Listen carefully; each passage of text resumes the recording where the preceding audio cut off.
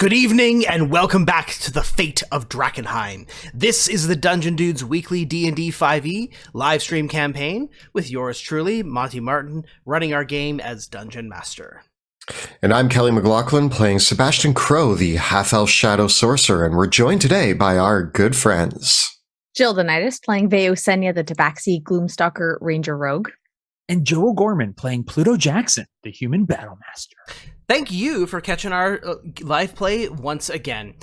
You can always also find all the other amazing content that Kelly and I create over on YouTube at the Dungeon Dudes YouTube channel, so head on over to YouTube if you want to catch all of our latest guides and videos for D&D. You can also join us on Tuesday nights when we record the campaign live on Twitch. Check us out from 7 p.m. to 10 p.m. Eastern Time at twitch.tv/dungeon_dudes. You can also watch the video episodes of the show on YouTube or check us out as an audio-only podcast. And a big thank you right off the top to all of our amazing Patreon supporters for making the work that we do here possible. We so appreciate your support, and for those of you that are interested in finding out how you can help make our work possible, we'll have more about our Patreon at the end of the episode. But for now, shall we return to the world of Drakkenheim? Yes. All right. Drakkenheim is no more. The devastation which fell upon that accursed place left a kingdom in ruin. Now, horrors lurking in the haze grow ever more great and terrible, while simmering tensions between rival factions boil over into outright war. The power of monarchs, mages, and priests hangs in the balance. 6 unlikely heroes join forces to confront the coming chaos. They shall decide, once and for all, the fate of Drakkenheim.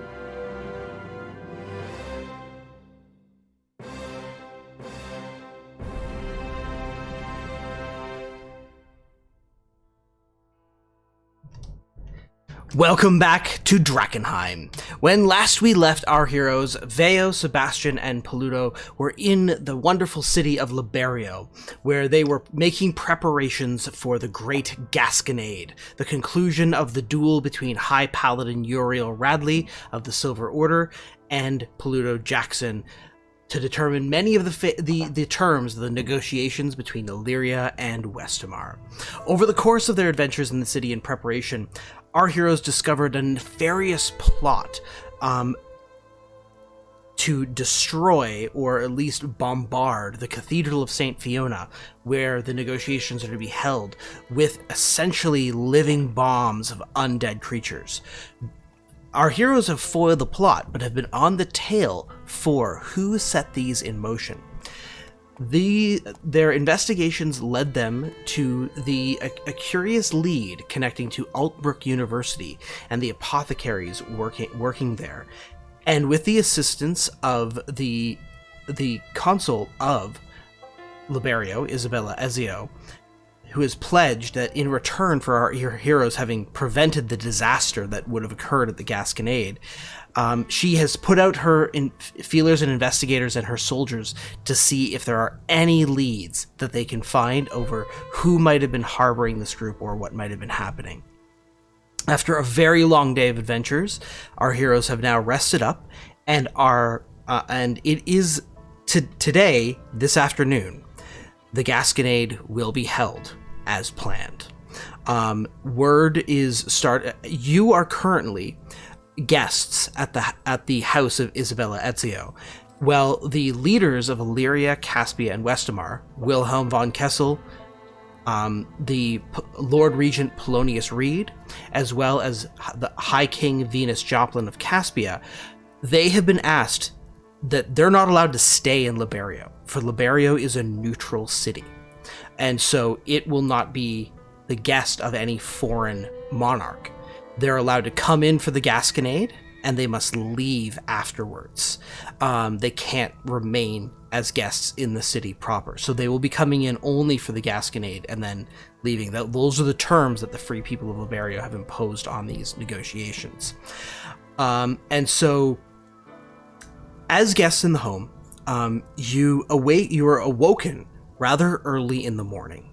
The sun is still rising when an attendant for Isabella Ezio comes to each of your chamber doors and announces that the consul would like to share some privileged information with each of you, and that if you can please make your preparations and come down to meet with her in her study as soon as possible. And much to their surprise, they knock on 3 chamber doors, but we were all actually sleeping in one because we don't know how to be apart. Yeah, it's Puddle. Who's waking us up? I call middle. Yeah, sure, buddy. You never know. It was a comfy night's sleep.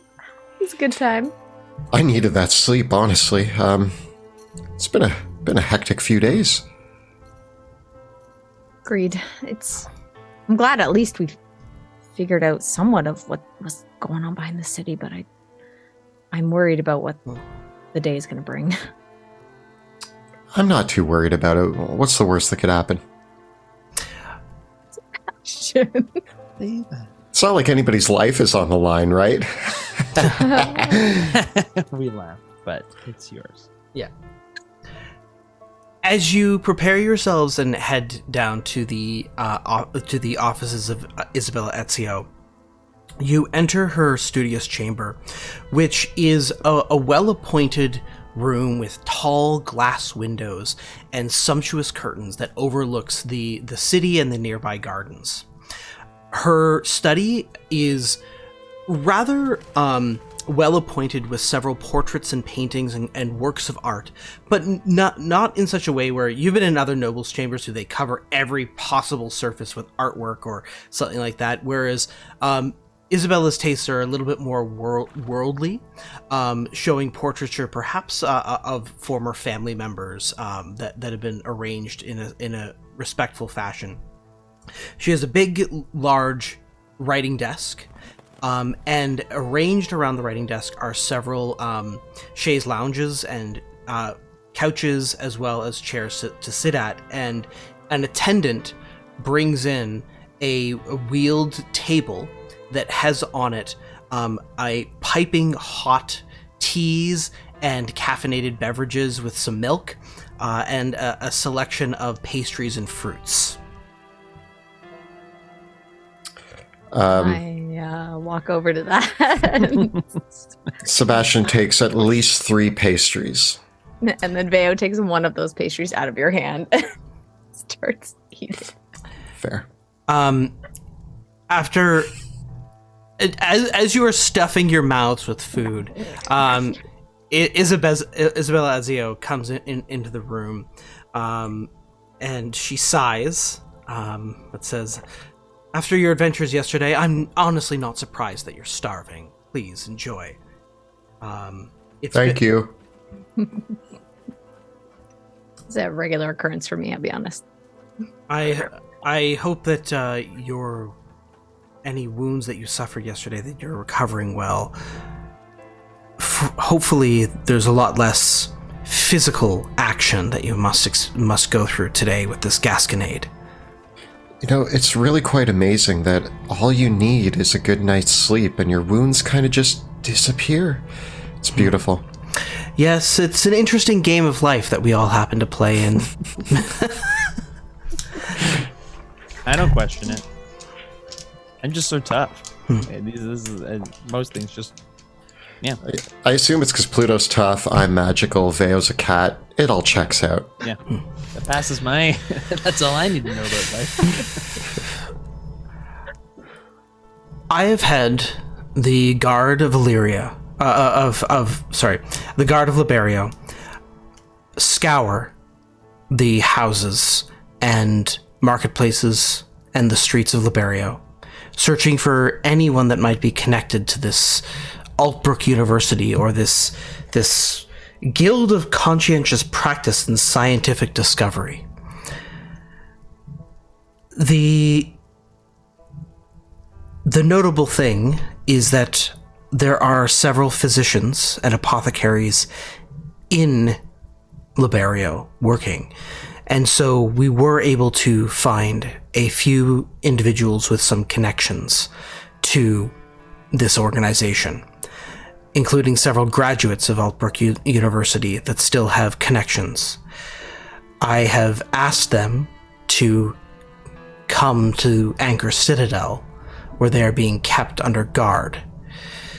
It is a little bit of an extra legal situation. They're not under arrest, so we can't keep them, because we have nothing to charge them with. We have no evidence. But you're free to question them. They're just not obligated to answer you.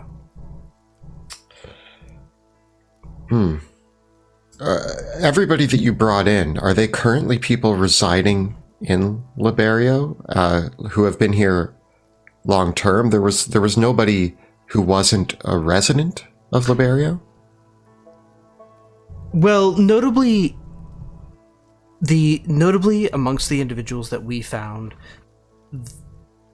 there were a few physicians, doctors that are people traveling through, and from what I could determine from them, they had no connections to this Altbrook University, nor this guild of conscientious practice and scientific discovery. Yet one individual was rather notable. One Dr. Ada Brandt, who is the personal physician to House Malvolio. She is a graduate of Altbrook University from Westamar, and did identify herself immediately when we asked as a member of this organization. We've asked her to come in. She might be good for questioning. At the same time, we did find a few others that had passed through. There was another individual, one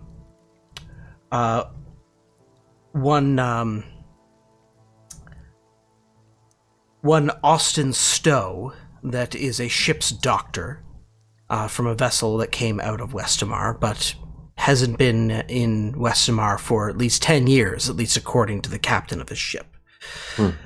The other individual that was connected to Altbrook University themselves is another individual that has their own practice, helping the more downtrodden and less privileged individuals within our fair city. And this was one Alyssa Snyder, another physician working in the city. I have apprehended all three of them, if you wish to question any of them. What was that first name again? There was Austin Snow, Alyssa Snyder, and the first one was... Ada Bronte. Ada Bronte, yes. And none of them have any connection to, at least that you could find, to House Leonte or the Duke Bernardo? No. Strange. I have found a clue. Oh. All of their names start with A. You're onto something. Yes. Probably the biggest lead we have. Well, I say we question them, but already I'm starting to suspect that the people that we're after have probably, as was said earlier, left Liberio. Because if these people, if they didn't come in on the ship, then they're not the people we're looking for. No, but who knows what they might know about former classmates or the organization. The other That's thing true. we should follow up on is Blackjack Mel. And if any of these people know, like, we know we've had Wilhelm targeted by assassins. Okay, Sebastian, you need to know that, like, Wilhelm was, someone's after him, and I guess we don't know if this plot was it about him, or was it about something bigger? Were they hoping to knock off someone else that was going to be attendance at the ceremony at the GASCONADE? So it's difficult to see if he is the true target. The challenging part is that you have this one scenario where you have specific these awful machines that came after him, but then this just seems so passive. Like, a lot of things could have gone wrong. It makes me think that it's not the same people. Then again, apothecaries kind of branch out in their areas of expertise. It could be that one group was working on machines, another group was working on zombies, both making weapons.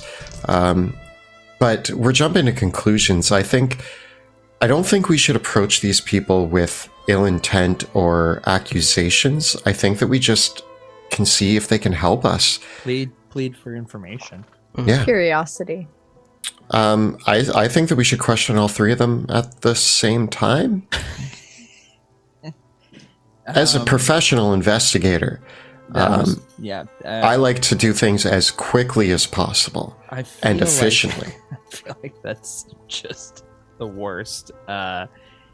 Sebastian, you're gonna want to separate them. If they have any connection with each other, you want to be able to make sure that their stories line up and they don't have the opportunity to get things together or to play off each other's information. We only give them information that they've given us. I feel like, how many glasses of wine have you had today? It is 10 o'clock in the morning. It's not even 10 o'clock in the morning. It is very early morning, Pluto. The Zero. I've had tea. The consul says, from what I was able to gather, all three of them do know each other.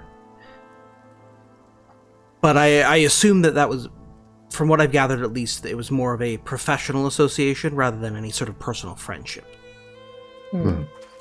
Okay, then we open up with Ada.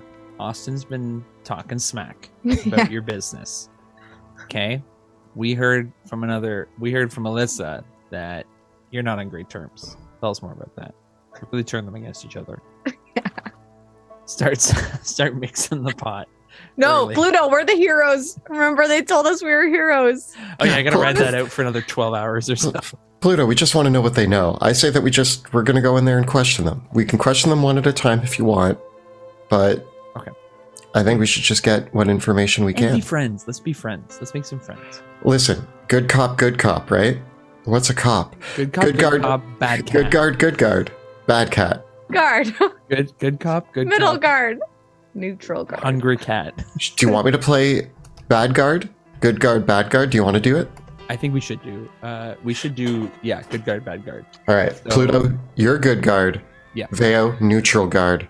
I'll be bad guard. And we have to switch on the fly. So as soon as if I see you pulling the nice card, I gotta come in hard. How hard do you want me to go with bad guard? I just not no fireball magic. hard. No fire. Okay, Let's put a hard stop on fire. Magic is still on the table. Just hard stop on fire. Just like more mind magic if possible. Yeah, mess with their. Okay. Can we zone of truth? Can we Ignatius the situation? Oh yeah. I'm ready. Let's do it. Okay. Just have it as a beacon in the middle of the room. It's hanging like it's the only light in the room. It's just swinging back and forth. This is fire soul. Tell me what you know. Right. The sword swinging back. Oh. Pluto, remember, you're good guard. Until I need to be. But you tell me when to muscle them up. I can get angry. I'll picture them as a troll. Okay. I'm concerned about this plan, but let's go. We are not trained in this battle. No, none of us have ever done this before. Okay. Wait. What is it normally? Who do we start persuasion? with? We persuade them? I'm not going to persuade them. Investigate I'm going to persuade them with my muscle. Deceive them? Okay.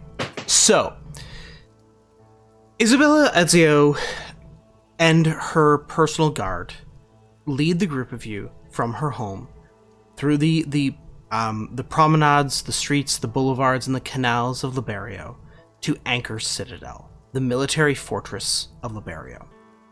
Anchor Citadel is a multi-tiered walled fortress with impressive battlements made of a kind of a light red-white brick, almost a sandstone. And the citadel itself straddles the coast. And what's notable about it is that there are several sea gates as part of the walls of the citadel that would actually allow ships into the citadel to dock within the fortification proper, because the citadel is both a secure harbor and a shipyard where the fleet of Liberio is constructed and uses as its base. The towers of Anchor Citadel are all bristling with cannons, and the beacons that provide the security for the entire harbor. It is said that the cannon towers of Anchor Citadel, that the artillery crews have mapped out the entire harbor of Liberio and have the formulas to accurately bombard a ship anywhere in the harbor at a moment's notice. So any attack by sea is utterly doomed, because every single location that the cannons need to aim has been already prepared by the expert crews of Anchor Citadel. And so as you are led through the gates of the Citadel, what's notable about Anchor Citadel is that you actually do need to get onto a boat to get into the gates, because there are a few land gates, but all the land-based gates are cranes that come out over the walls to bring supplies in. There's no actual proper land-based gatehouse. Everything is brought in by sea. Anchor Citadel is one of the prides of Liberio, and has withstood sieges from every great nation of the continent, thanks to the great defenders and the strategists that built it. You are led through the as you enter into the Citadel proper through the boats. You dock you take just a small rowing vessel in, and you dock and are led up the set of stairs through the harbor into one of the basically the tower, the jail tower, where the prisoners are kept. Now, in this case, the 3 individuals that have been apprehended, as you are led in, Isabella Ezio says, these people are all citizens of Liberio, and they have committed no crime. Bear that in mind when you speak with them. They are don't worry. They are free people, and they are not here again. And while we have brought them in, they're technically not here against their will. I'll keep that in mind. Okay. Yeah, that's important.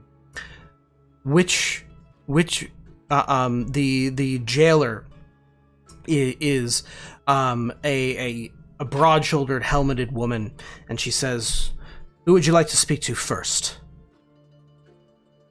Want to go down the list? Yeah. Ada. Guys, I'm thinking that when I go in, I will just watch for like their body, like their expressions, and see if anything throws them off.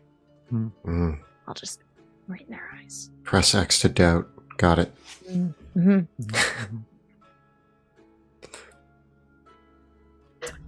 Okay. So Bronte. You're led into the cell, which is not locked or closed, where Ada Bronte is. She is a rather older, perhaps middle-aged woman, with her hair tied up in a tight bun and small spectacles that are on kind of her crook-shaped nose and wrinkled face.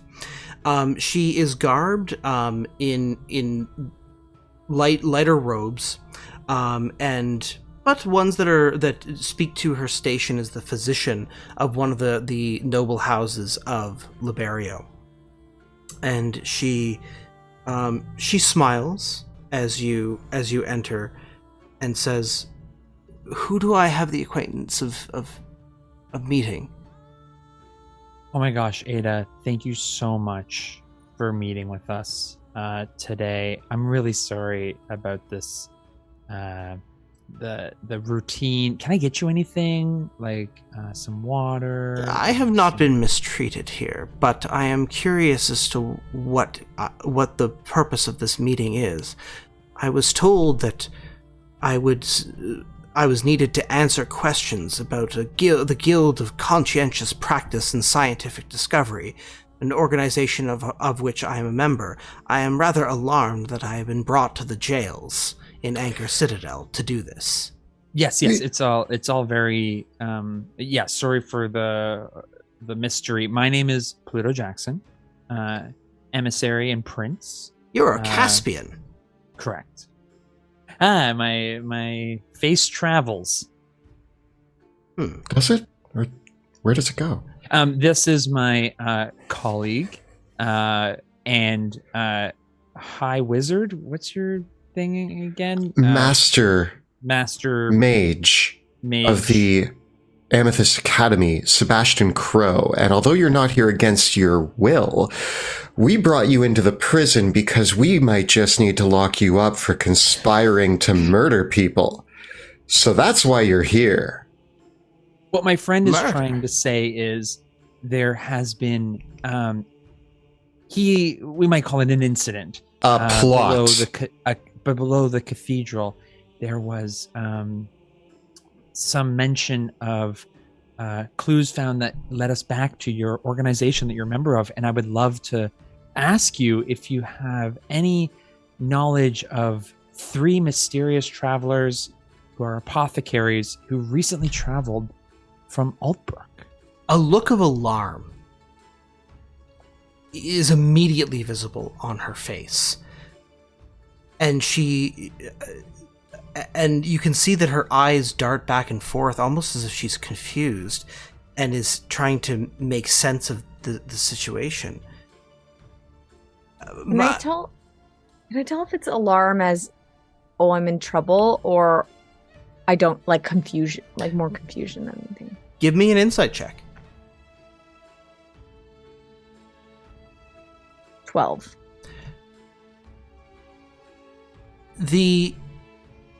Looking at this, you can see that there is alarm and confusion and in equal measure, but you cannot discern why yet. She stutters for a moment. She says, "But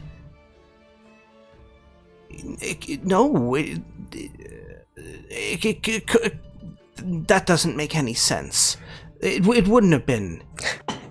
I slam my fist on the table. Ada, you listen to me. Look me in the eyes. Oh.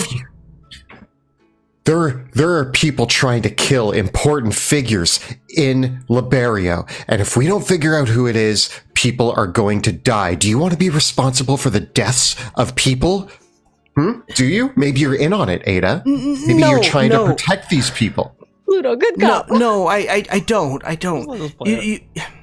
It's just very confusing to me because, well, recently 3 colleagues of mine from Altbrook University were here visiting me for a week, staying with me for a week, while they attended to some business in Liberio. Darn it, Ada, we need names. What ship did they arrive on? I Remember, Ada. Now, Sebastian, Ada, if you could take a moment and just try to remember, I have my chief of security and Lord Commander Versenia. She would be happy to take any details that you can remember. Veo. From what well, there were 3. Yes. Dr. Everett Freed, Dr. Anton Young, and Dr. Johanna Veers. They told me that they were here in Liberio to procure some rare components for some of their practices and experiments, and that they just needed to stay for the week and then would be on their way. And I go up to her and I just go to like offer my hand so I can take hers in a comforting manner. She seems a bit flustered. Does she let me take her hand? Am I going too intense? Yes, she does. Okay. I say, Were these people that you know, friends, let's say, do they contact you often? Is it something that's regular for them to come in and stay? It's been some time since I've been in contact with any of them, actually. I'm more familiar with their work than anything else. They had heard of me and introduced themselves as colleagues of the guild, and it's standard practice for we help each other, provide, just whether it's a place to stay or local contacts. I told them of a few suppliers that I go to for rare reagents and other medical supplies for my practices, and I assumed that they were here just to procure needed things for Altbrook University and their work there. And you've heard of their work before? I'm not terribly familiar with what the guild is presently doing. There's many different... You must understand that the university has many different research organizations and guilds, and even within the Guild of Conscientious Practice and Scientific Discovery, there are several subcommittees and independent research projects. From what I understand, the Dr. Freed is foremost in the study of anatomy. I believe that Johanna Veers is a very, very, very expert biologist, as is Dr. Young. I walk over again and I put both hands on the table and lean forward, and I'm like, we're not here to hold your hand through this. And I slowly take Veo's hand off of hers. Listen, when did they arrive and on what ship? I'm very sorry. I don't know what ship they came on. That didn't seem like an important detail. They said that they had come from Dransmond and that they'd traveled down the coast, that they needed to procure a few important reagents because they were planning on visiting a very compelling site in the Octenwald in Westamar, and that they When did they arrive here? How long were they staying with you? They were only staying with me for about 5 days. I thought nothing of it. They left about a day or 2 days ago. When did the boat arrive, guys? I don't know. Master. It had been out there for like 3 days, just blank, or maybe longer. I don't know. Given that time has advanced, the timeline that she provided lines up with about when the ship would have arrived and been waiting out at shore. Okay. Ada, it's no one's in trouble here, Except you, maybe. What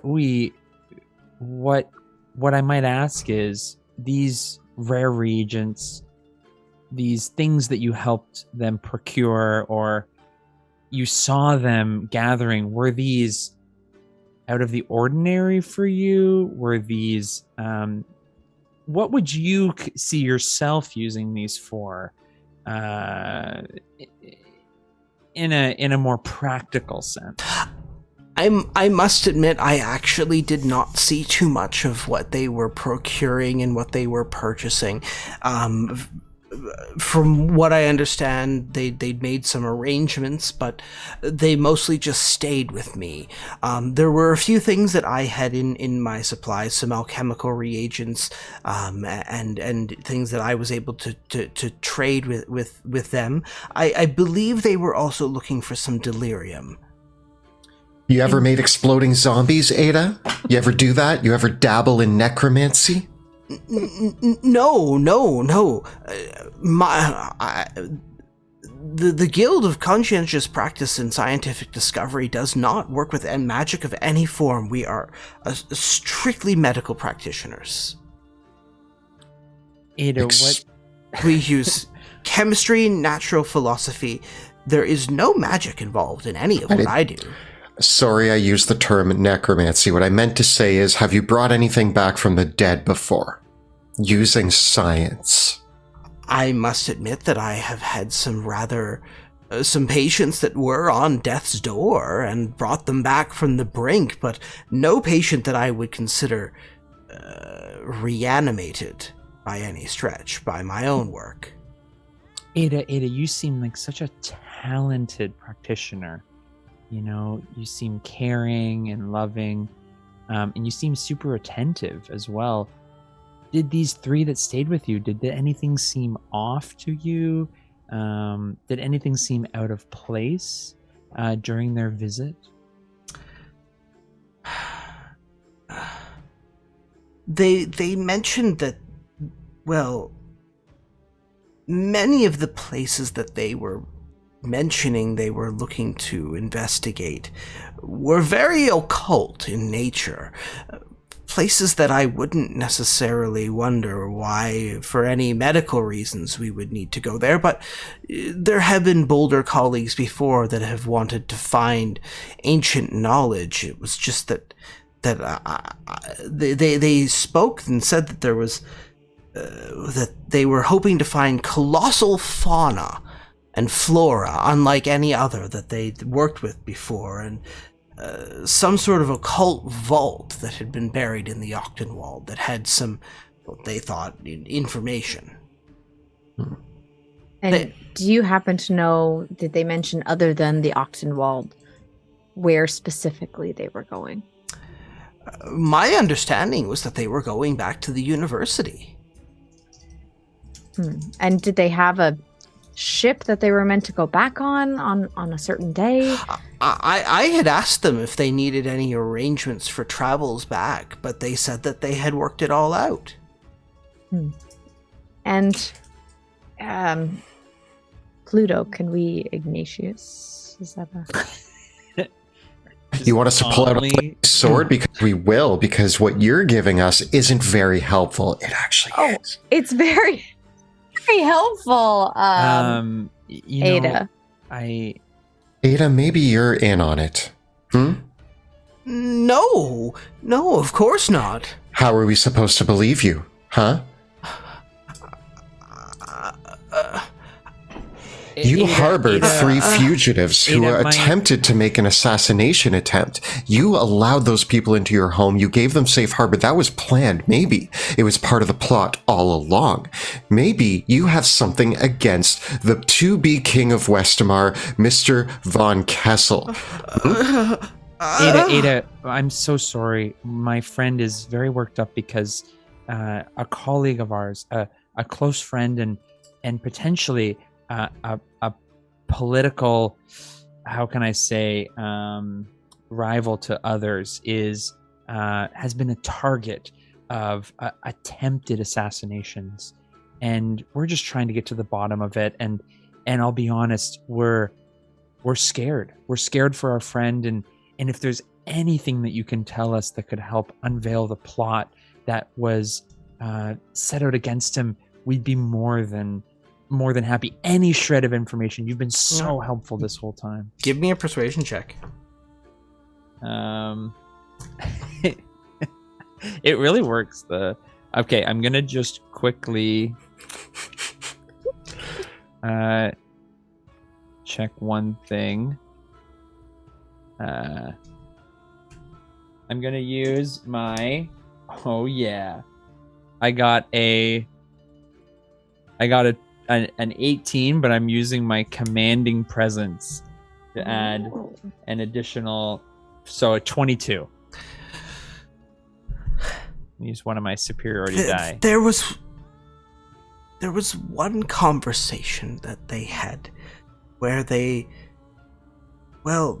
asked me what I thought about what was going on in Westamar and what I thought about Duke Engelhart of Eltbrook, and I said it wasn't my business anymore and that I had a new life here in Liberio, and thank you very much, but I wasn't interested in any sort of politics. They pushed me a little bit further and asked me if I thought that the limitations on our research were fair. And I said, "What do you mean by limitations?" And they said, "Well, you know how that academy is about us looking into things about the supernatural. And I said to them that we had no business in that, and that Altbrook University was a purely scientific and secular institution, and that my work was that way and would remain that way. And it was an uncomfortable conversation, but they dropped it. Well, that's really helpful. Thanks, Ada.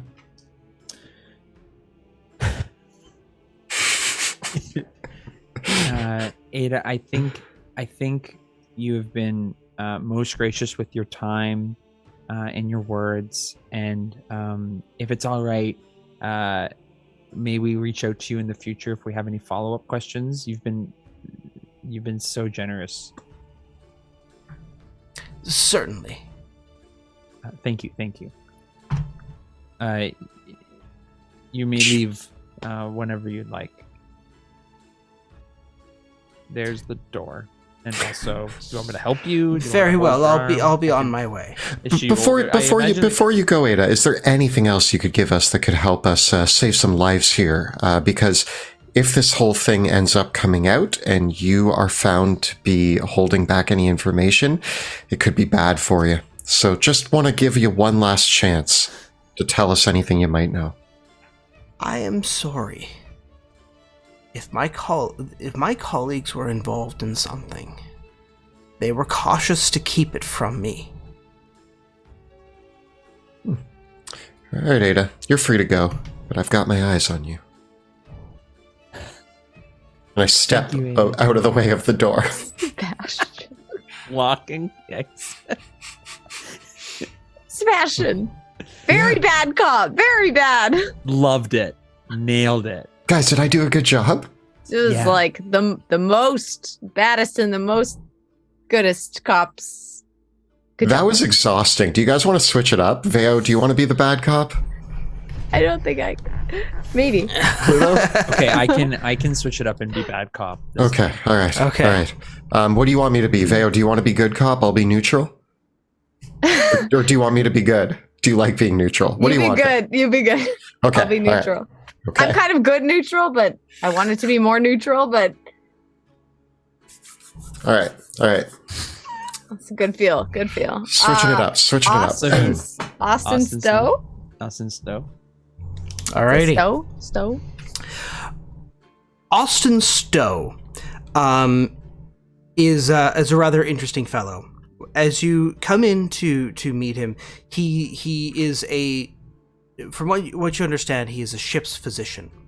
And the man is seated in a wheelchair as you come into the room, and he very very clearly bears the scars of many nautical misadventures, with an eye patch and a fiery scar up one side of his face. And as he holds up to introduce himself to you, you can see that he actually has a prosthetic hand as well that he greets you with and says, greetings, I'm Dr. Stowe. No jokes about stowaways, please. Dr. Stowe, it's a pleasure to meet you. And I shake his artificial hand. Slam my hands on the table. This is no time for laughing. There's dead men. What do you know, Stowe? Well, this is my friend Pluto Jackson, Caspian Prince. You're probably used to seeing Caspians like this. Listen, Dr. Stowe, we're trying to figure out some very important information that could save a lot of lives, and we're just hoping that you can help us out here. Well, so what do you need to know, then? There were 3 apothecaries. We think that we have their names, and we're just wondering if you can tell us anything about these 3 people. They used to work, or they do work, at the Altbrook University. My colleague Veo here has the names. Veo, could you please? Yes. Everett Freed, Anton Young, and Johanna Veers. Those are 3 of the 6 reasons why I left the guild, why I left the university right there. Why? I'll tell you why. Lean in. For about a decade now, maybe longer, the guild's been working with occult magic. In secret. They basically ruined my life when I wouldn't join them. When I wouldn't work with them. Drove me out. That's why I've been working as a ship's doctor from ship to ship. I had great work planned ahead for me. I was going to do great things. We were going to help people. But they wanted to use techniques that it's not our place to meddle in. I said, we're not the Amethyst Academy. And we aren't the church. We are men and women and people of science. Mr. Stowe, have you had any contact with Altbrook University or these 3 apothecaries in the last little bit?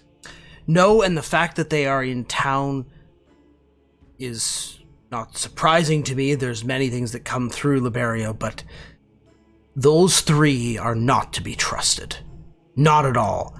And not any of their colleagues either.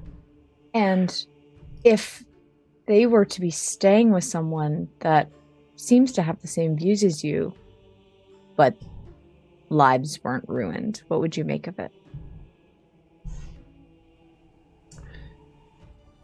The guild put out that I was a troublemaker, that I was a traitor, when I wouldn't go with them.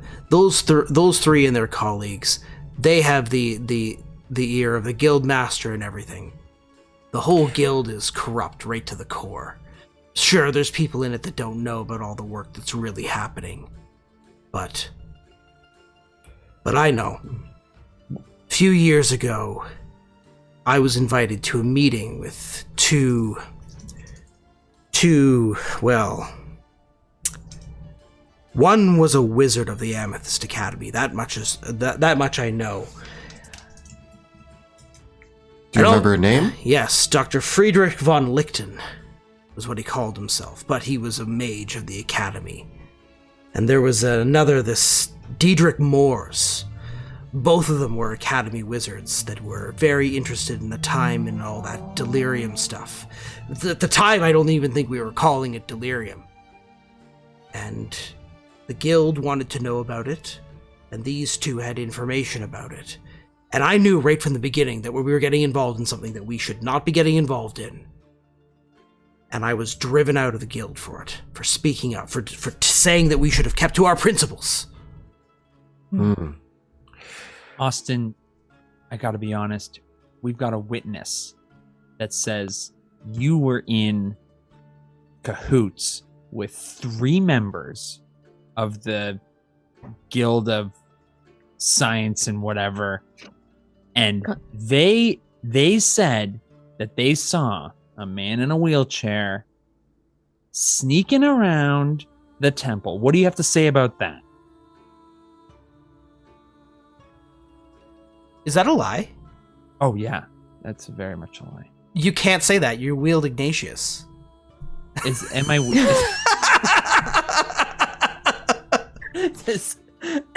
As you even attempt to speak those words. So in my head, I think I said it. As you even think those thoughts, you feel the roiling fire of Ignatius in your mind, saying, "Lies will only keep you further and further from the truth." Okay, so what happens is Pluto is silent. He speaks forward to say something, and then he shrieks and holds his head as he collapses to his knees and starts begging for forgiveness. Pluto, this is a weird direction. I don't think Pluto should play bad cop anymore. You feel Ignatius urging you to draw the blade. Give me a charisma saving throw. 17. Ignatius gets a 17 as well, so we need to re-roll off again. That was my best roll ever. It's not going to be better than that. It's 14. Ignatius holds pat at 17, and you feel the blade take control of your body as it draws itself out and flares to full brightness, and you feel a single word on your lips: truth. Whoa. Whoa. I turned to be privy to lies. I turn to Austin and I say, anything you've told us so far, has it been the whole truth? Austin says, by the light of that holy blade, I swear it. Oh, okay. Good. I apologize for my friend. He has a truth sword. It gets insane in here. Listen, Dr. Stowe, final question for you, and we'll get my crazy friend out of here. What possible reason would members of this occult practice have to disrupt and attempt murder on a group of important individuals in Liberia? Can you think of anything? A motive? A reason?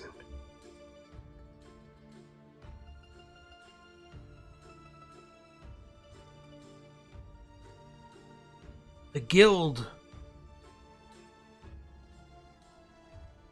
is supposed to be about science, about knowledge, about learning. But those three, they have an agenda. I don't know if it's power or if they want to pursue secrets that people are not meant to know. But I know that, well, for a long time, Altbrook University had royal assent. It was seen as the highest institution of learning in Westamar. And with the Civil War, enrollment dropped, and any sort of oversight that used to come from the academy, from the crown, from all of it, it just all fell apart. So did the funding, too. And there's been a lot of disagreement and unhappiness amongst the faculty about the way the university's been run. And in the midst of all that, some people have been able to do some very, very wrong things.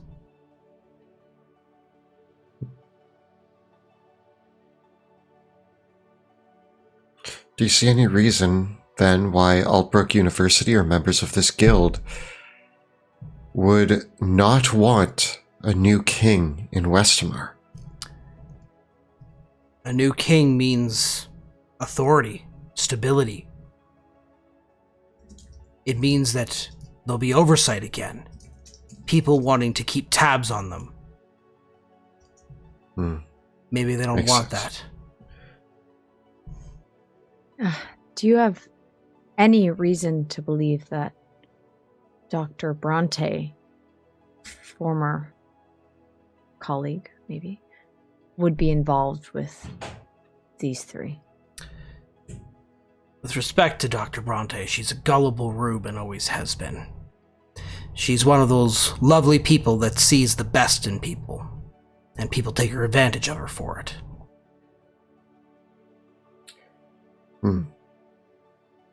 I think that's all the questions I have, Dr. Stowe. Anything else from you, Pluto? I say hesitantly. Only the truth. Okay, all right. Good. And I'm wrestling with Ignatius, but still sort of losing control. They had another colleague back in Altbrook, Sina Reens.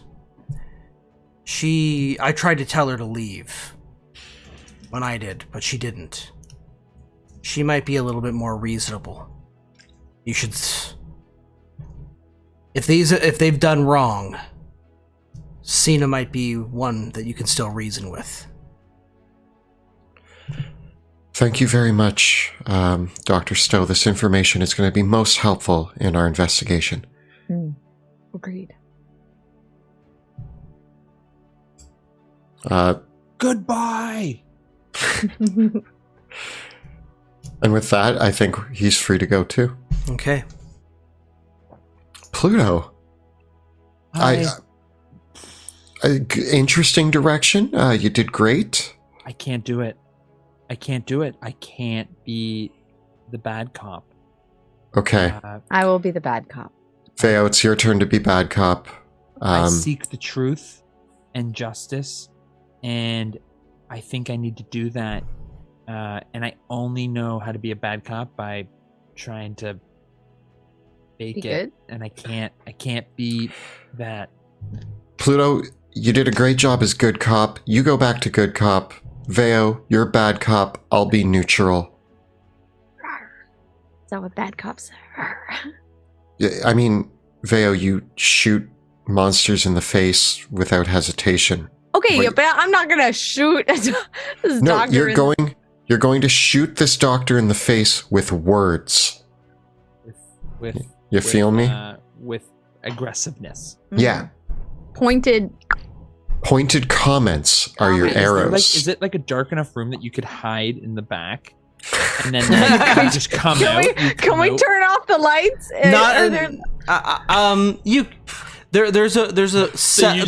There's a barred window to the cell that does allow some light in. You could shutter it if you wanted to. Veo, you go in first. We'll be right behind you. Go in and shutter the window. Be dramatic. Let's go. No. One of you go in, shutter the window. Yes. And then I'll come up behind Alyssa. And then you open the window. I'll be there. All right. As the neutral party, I'll go in first. So I walk into the room. I nod to Alyssa. And then Alyssa is notably younger than the other two that you spoke with, perhaps in her late 20s, even early 30s, and she's a younger. She's rather short and a little bit round, but she has a warm-looking face. But she smiles nervously, and she almost turns completely red when you come into the room, and she's wringing her hands. And she's, I'm not in trouble, am I? I really hope I'm not in trouble. As I'm walking towards the window, I turn to Pluto. I'm like, I feel so bad, Pluto. And then I shutter the windows. Please, Alyssa, don't. I didn't. You're not in trouble. Alyssa, you're not in trouble. I crawl. My name is Pluto Jackson. This is Sebastian Crow. We just have a few questions for you. There was an incident, and we're just trying to know more about it. Is that okay? Is that okay if we ask you a few questions? Do you need anything? Okay. I'll answer.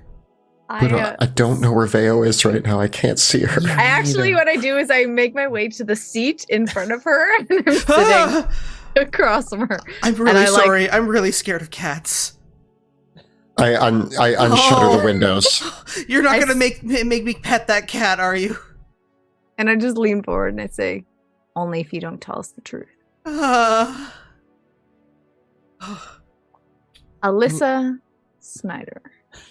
Do I have that correct? Yeah. Listen, we've heard some interesting rumors around town from other doctors about you. What kind of rumors? Rumors that you might be involved in treachery. Involved in No, murder. No, I didn't. I didn't know. What didn't you do? What didn't you know? You do know. What do you know?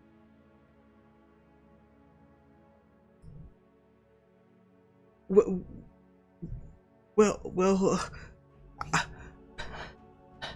there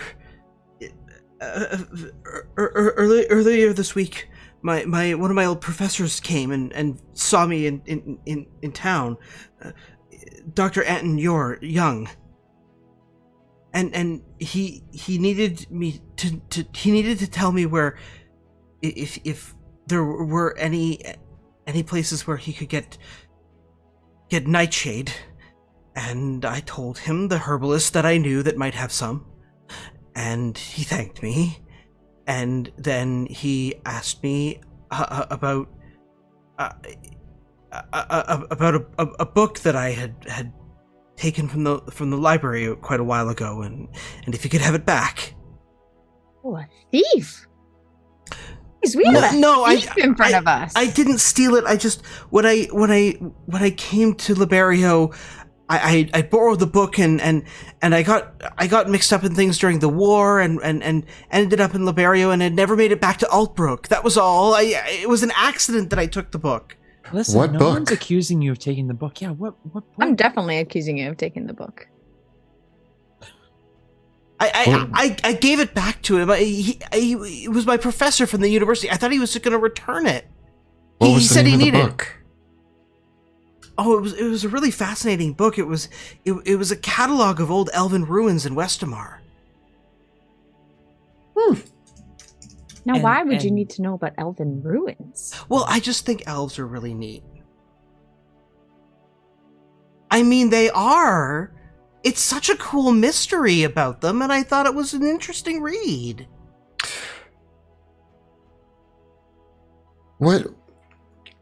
So your professor came by to take this book. What implications are there with nightshade? Why would somebody be looking for nightshade? As an apothecary yourself, what is nightshade used for? Well, most commonly when you dilute it in small amounts, you can use it for some medicinal purposes, but it is also known that in sufficient quantities and when used properly, it can make some very potent poisons. Thief? Poisons? Murder? Guys, are you hearing this? I'm hearing the confession of a very guilty doctor. Alyssa, we have reason to believe that the Guild of Conscientious Practice and Scientific Discovery from Altbrook has been dabbling in some less than above board practices. You wouldn't happen to know anything about that, would you? Oh, no, not at all. I studied really hard, and yes, I didn't technically finish my studies. I'm really sorry. I know I've been practicing, and I shouldn't really call myself a doctor. I didn't finish, but I knew a lot, and I thought I could still help people. Liar? Thief? I'm hearing some really terrible things coming from you, Alyssa. And you know what?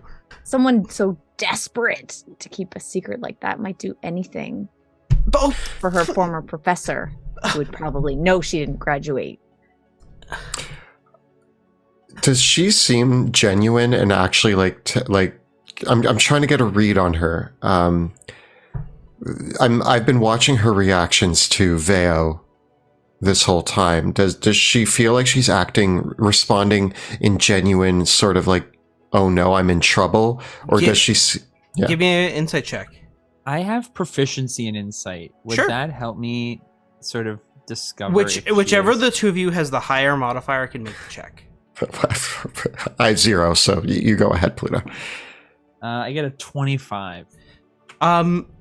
She, judging by her, if you press her too much further, she might have a panic attack. Okay. Was Anton... Professor Anton, that wasn't one of the names we were given, It was was. it? It was, Okay, yeah. it was. Look, Alyssa, we don't want things to spiral out here. We just needed a little bit of information, and like missing books, that's fine. Alyssa, we can make those things go away. We're just interested if you know of Veo, what were the names of those 3 apothecaries? Everett Freed, Johanna Veers, and Anton Young. Do any of those other names ring a bell? I studied a little bit with them before I left Altbrook, but mostly under Dr. Young. He was a very, very expert at treating diseases. Fascinating. What else do you know? Did you find yourself pretty handy at treating diseases? Did you learn anything from this? Yes, that's what I do here in Liberio now. I help people who are sick or injured and tend to them. It's very admirable work. It's very respectable. What we discovered was the beginnings of a plot. There was some reanimation, definitely some poison.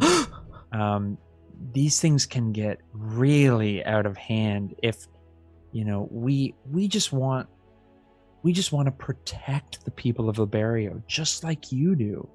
So anything else that you can tell us, anything about the last few nights, for example, do you know anything about this, the ship of the ill-fated Finch? No, I don't. Dr. Young came and visited me for about an hour, asked me a few things about what was going on, and that was all I had to do with him. This must have been earlier this week. I was surprised to see him, and I asked if he wanted to catch up for old times, but he just wanted the book and to know where he could get some nightshade. And that was it. Did he say anything about where he was heading off to next? Did he mention any other names or places? Anything that sticks out in your memory? He just said that he wanted to get out of town before all this business with the Caspians, the Illyrians, and the Westamarians actually happened. Well, that sounds like a confession. Not from you, sorry, from him. Guys, I think... Sounds like she's associated with one of the people we've been considering on our list. Well, Veo, yeah, no one would want to make that leap. So, Alyssa, if you can give us anything about the whereabouts of any of these three,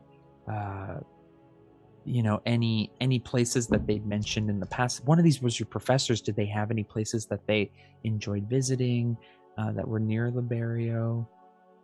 As far as I could tell from talking to Dr.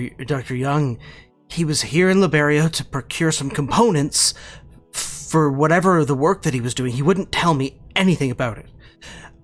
I asked. He wouldn't tell me. He said it was just a new project with some colleagues, and that he needed those, and then he was going back to the university. And other than the nightshade, he didn't mention any other components. He said that he was looking for a few other things, but did I know where he could find nightshade? And you didn't think that was odd? You didn't think that was strange? No, I use nightshade in my own practice. As I said, we use it as a medicinal ingredient all the time, in small doses. It is useful for treating some conditions. So it didn't strike me as odd at all that he would need to procure some. Guys, I think we have everything we need. Alyssa, thank you so much for speaking with us. Forget about the book. Forget about this, these interactions you had with your old professor. I want you to get back, keep doing the great work that you're doing for Liberio. Okay. And I hope we can reach out and ask any follow-up questions as we uncover more about the situation. Is that okay? Can we do that? Yeah. Here, take my card. My name's Sebastian Crow, hero of Liberia. What does your card look like? It's a scrap piece of parchment with a little picture of a doodle of a crow on it. That's it. Any contact information at all? No. Alyssa, and I stare at her and lean over the table and say, you should really go back to school if you're going to practice, doctoring people, medical things. So go get your license. Go back. Stay in school. Stay in school. We're going to check and make sure that you finish your studies. I will. Find you, and I lean back into the dark. And then Veo disappears. All right. As you step back into the guard chamber of Anchor Citadel, Isabella Ezio is there. She asks, "Did you get what you needed?" I got to play the bad cop. Woo! I am scared of Veo as bad cop. She tore apart this poor. Figuratively, not actually. Yeah. She's still intact. They're all but fine. Only physically. We actually got a lot. I think there are some shady operations happening out of the university, and there seems to be a growing interest in occult practices and elven ruins. So And we got names. we got names. We know who the 3 people are. We know that they've left. We know where they're going and what they're investigating. We don't yet know their reason, other than it might have been an attack on the king because they don't want rules and structure in Westamar to hold them back from achieving their ambitious goals. Your king has enemies. That much is clear. Yeah. But so do the other visitors that are coming into this town, into Liberio. Both Venus Joplin and Polonius Reed, the Lord Regent. They have their own fair share of enemies as well. Hmm. I mean, you're looking at one of Venus's enemies right here, right? I think Rival? what has become challenging is uncovering the true nature of the plot. It may have just been a wild card to cause disturbance and destruction and to sow distrust among those collecting. The idea that we were able to foil this plot, or at least this stage of it, feels very rewarding. Although I don't think this is the end of it. I still don't feel like we know if those are related. The direct attack on Wilhelm and this, I still feel like they're not connected. And by 2 different players, which causes more questions. Although I'd love to be able to put those together. Although, like, I need a flow chart or something. I do not know how to put all this. Yeah. I need a visual. Our list of groups of people who have issues with our operation, it's weird. You go into Drakkenheim, you're like, I'm going to save the city. You spend, a bunch of years, checks calendar, a year and a bit, trying to do what's right, and suddenly you have this huge list of people who just want you dead. It's crazy. Yes, it is. For some reason, the world is filled with people who will resist at every opportunity those who are actually trying to make the world a better place. Those who are, there will always be those who value their own ambitions, their own needs, their own interests over what is right and what is good for all. And the best thing that we can hope for is that when you have more than one enemies, the best thing that you can really hope for is that they're not working together. Uh-oh. Yes, and or orchestrated, from a similar goal. Man, the important thing is, I think, is that I feel still ahead of this, and I still feel confident that the Gasconade can continue as planned. Yeah, thank you so much for getting these 3 in. They were actually extremely helpful. We now have a foundation of information to look into, although we might have to convince everybody to go to Altbrook, but we'll see what happens. But I think we can continue with the Gasconade. I don't know. If you 3 are confident in that, I have been up for most of the night and day, making sure that our defenses and security are extra supported so that this event can happen. If you three feel ready, then I will send notice to Venus Joplin, Polonius Reed, and to Wilhelm von Kessel that they may enter Liberio and proceed to the cathedral. And we can begin this affair. I think it's time. I think it's time. Very well then. And that's where we'll take our break. And we are back from our short rest, and we are ready to bring on the GASCONADE. Veo, Sebastian, and Pluto, the three of you depart Anchor Citadel and head through the streets of Liberio with the consul.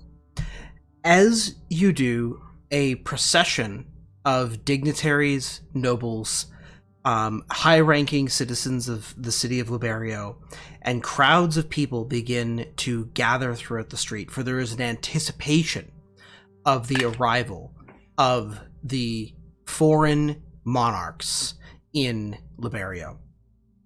You can see as you leave Anchor Citadel that several streets, the main roads from which the gates of Liberio connect and the main canals, are now actually barricaded by soldiers of the city, and crowds are gathering to watch the processions of Illyria, Caspia, and Westamar enter into the city of Liberio. The streets were already raucous, but a different kind of energy has suffused the roads and the people of the city as you head towards the Cathedral of St. Fiona. There is a sense of anticipation, as if the eyes of the world are on this moment. And you can hear the blaring and thunder of drums and trumpets, signaling the opening of the gates of Liberio as the processions make their way into the cities. You yourselves are very quickly scooped up as several of the dignitaries from the Westamar kind of procession reach out to find you in the chaos of everything so that you can be properly reunited with Wilhelm von Kessel. There at the front of the procession, resplendent in his new fancy armor and dressed up, almost looking, perhaps Wilhelm is looking a little bit uncomfortable because Wilhelm has been groomed professionally. Like he said, someone that's done the mustache, has done all that, done his hair and everything like that. He's looking fancy, and he is on a very majestic steed at the head of this procession. And as you enter and join the delegations, what do you do? Wilhelm, thank you for. You look great. Thank you. But they cleaned my hair. They did. Just to sort of bring you up to speed, we were able to foil a plot with Sebastian, who is running away. Is he running? He's just Sebastian has said hello to River and Wrath and is off having a conversation with the other mages. Oh, there you go. Oh, all right. I'll talk to him later. Him and I barely get a chance to talk ever. He's always so busy. You enter the room, he leaves the room. You've never seen us in the same room at the same time. Are we the same person? Anyway, old Sebastian. What a fool. Yeah. But he did a great job. He's our fool. Yeah. And he did a great job on this last mission. So we couldn't have done it without him. Yeah. I meant no offense by that. I was just like, if you need something blown up, you ask Sebastian Crow, right? Yes. I mean, you're not wrong. And we did just that. There was an incident underneath the cathedral. We uncovered a plot that seems to be another attempt on your life. or at least the lives of those attending the Gasconade. We were able to shut it down and continue our investigation through it. We did find some connection through Altbrook, a particular university. I can never remember the name of it. The Guild of Conscious Practice and Scientific Discovery. The important thing is that you're safe. We feel confident that the Gasconade can go on as planned. I thank you both for understanding Rule 26 so well. Oh, yes. Yes, obviously. Yes, expect everything's a trap and you'll survive. Oh, yeah. Yes. That's, you looked into it because if you suspect that everything's a trap, then you're bound to find the plots and traps. It's of no surprise to me that there was another attempt, but by Altbrook University, why? They were friends of my father's. Altbrook was allied with my father in the war. What reason would they have to I don't think it's true representative of Altbrook University. I just think they're maybe a offshoot and quite maybe unhappy with the way that things are going, where there may be more rules and things for them to follow. They're kind of free spirits, it sounds like. I think the idea of a consistent monarch is damaging to their to certain individuals' nefarious intentions. I plan to make allies of Altbrook. I don't plan to squash their studies at the university. I think that education. I want to squash these studies of necromancy and. Necromancy is a school of magic, as far as I know, a very formidable school of magic, taught very well in the Amethyst Academy. I see no reason why Altbrook shouldn't be looking into. Wait, they're not supposed to be practicing magic. That's conflict of interest with the Amethyst Academy. What? They're practicing necromancy. Some kind of bringing things back to life. It was unsettling. Interesting. But you said you've taken care of it, yes? Yeah, for the most part. Now. Some loose ends that we're gotta tie up. But we're on it. And we just wanted to let you know that as your Lord Commander and what am I, like a my oldest friend and a foreign relation that I hope to strengthen with House Jackson. You're a Caspian prince. And your muscle. We dealt with it. We dealt with the problem, and we will continue to deal with these problems to make sure that you get on that throne. Thank you. I'm just hoping this Gasconade goes well. I'm sure Illyria will be reasonable. And we've called in a neutral judge as well, so it should be all fair. It doesn't feel right. Quite neutral, does it? Yeah, isn't the judge the Jocelyn? Yes. I feel like they are. They may have an ulterior motive to see us fail. The Caspian,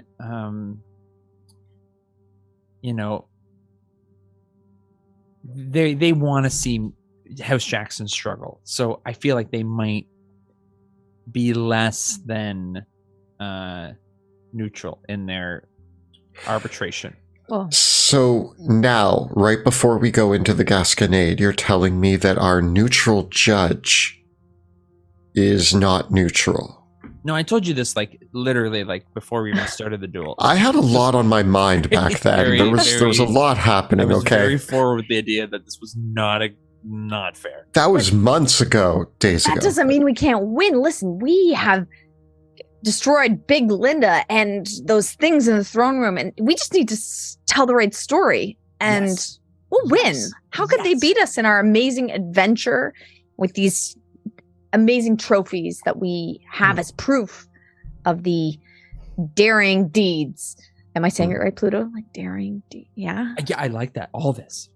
Use this. Channel this. You're right, Veo. I can't focus on this negative. I got to focus on the triumphs, the trials that we faced, how we overcame great obstacles. This is what the Gasconade is about, and the bragging. We have to brag a lot. So much bragging. Yeah. Rule number 68, believe in yourself. And I think all three of us can do that. And Veo, we should try to act as Caspian as possible. This is a Caspian duel. It is about the boisterous, the bragging, the using as many big words as possible to make yourself sound better than everybody else in the room. That's what Caspians do, right? Right, Pluto? Oh, yeah. I'm already... Okay, let's practice. Okay. Veo, I want you to give me your best Caspian. I'm Pluto Jackson. Already love it. Arr. Yep. I know everything, and yet I'm still learning. Interesting. Pluto, is that you? Interesting pivot at the end there. Wilhelm, give me your best Caspian. I am a Caspian knight, and I killed 1 to 3 trolls, and in doing so, proved myself the most glorious fighter in all of Caspia. Nay say to the ones who say they have killed but 4 trolls, for that is a lie, and I have killed 3, which is the most trolls killed by a Caspian, I assure you. Okay. Interesting. Yeah. I like this. This is great. I want you to keep this energy. Keep this. You're both honorary Caspians, as far as I can tell. Thank you. It's quite fun. Yeah, doing a lot of flexing too of the muscles. They love that. Yeah, really show off. Yeah, you gotta give the gun show, or I mean the bow show, as we call it. Give them the bow show. Yeah, you gotta show them the way to the beach. It's that way. Which beach, though? Are we talking the main beach of Westermar? I think we're on an island, so yeah. It's the North Beach, which isn't a very nice beach. It's very cold and windy, and I mean, I was there. There's a lot of fish people and a giant fish monster that we kill. Anyway. Well, actually, let's take a moment to review some of the great monsters that we slain during the duel. The duel is the focus. Well, you are running short on time, for the procession has been moving forward, and you are nearing the cathedral. Yeah. No, you're with a whole entourage, right? You're talking in the middle of the streets, basically. The three of you are laughing and doing this all this time. And as the procession that you are at the head of moves towards the cathedral itself. So, as Pluto says that, it's, we're going to wing it. Yep. Looks like you're winging it. The glass dome of the Cathedral of Saint Fiona glitters in the noonday sun as your processions approach the cathedral square of Liberio. Already you can see that the delegations from Illyria and from Caspia have arrived, and there are contingents of Illyrian and Caspian soldiers that have now been placed on guard, basically in neat rows of soldiery to act as a defense force should everyone is on guard. And as the Westermar forces filter in, the Anson Lang is acting as proxy to kind of organize the Westermar soldiers in the right positions, because of course Petra and Elias Drexel are judges, so they're already there. There was a meeting of the judges earlier this morning already. And since they're judges and you, Veo, are part of this duel, Anson is kind of in charge but he's working with Rudy and Rickard Steelfang on making sure that like the defense that Westamar presents its force. So the entire square now is a procession of soldiers of the three great powers. Soldiers who, you know, none of these soldiers in their histories have yet shed the blood of each other's nations, but you can tell that there's a palpable sense of wondering, like, are they going to be walking away from this as allies or enemies amongst the soldiery? As you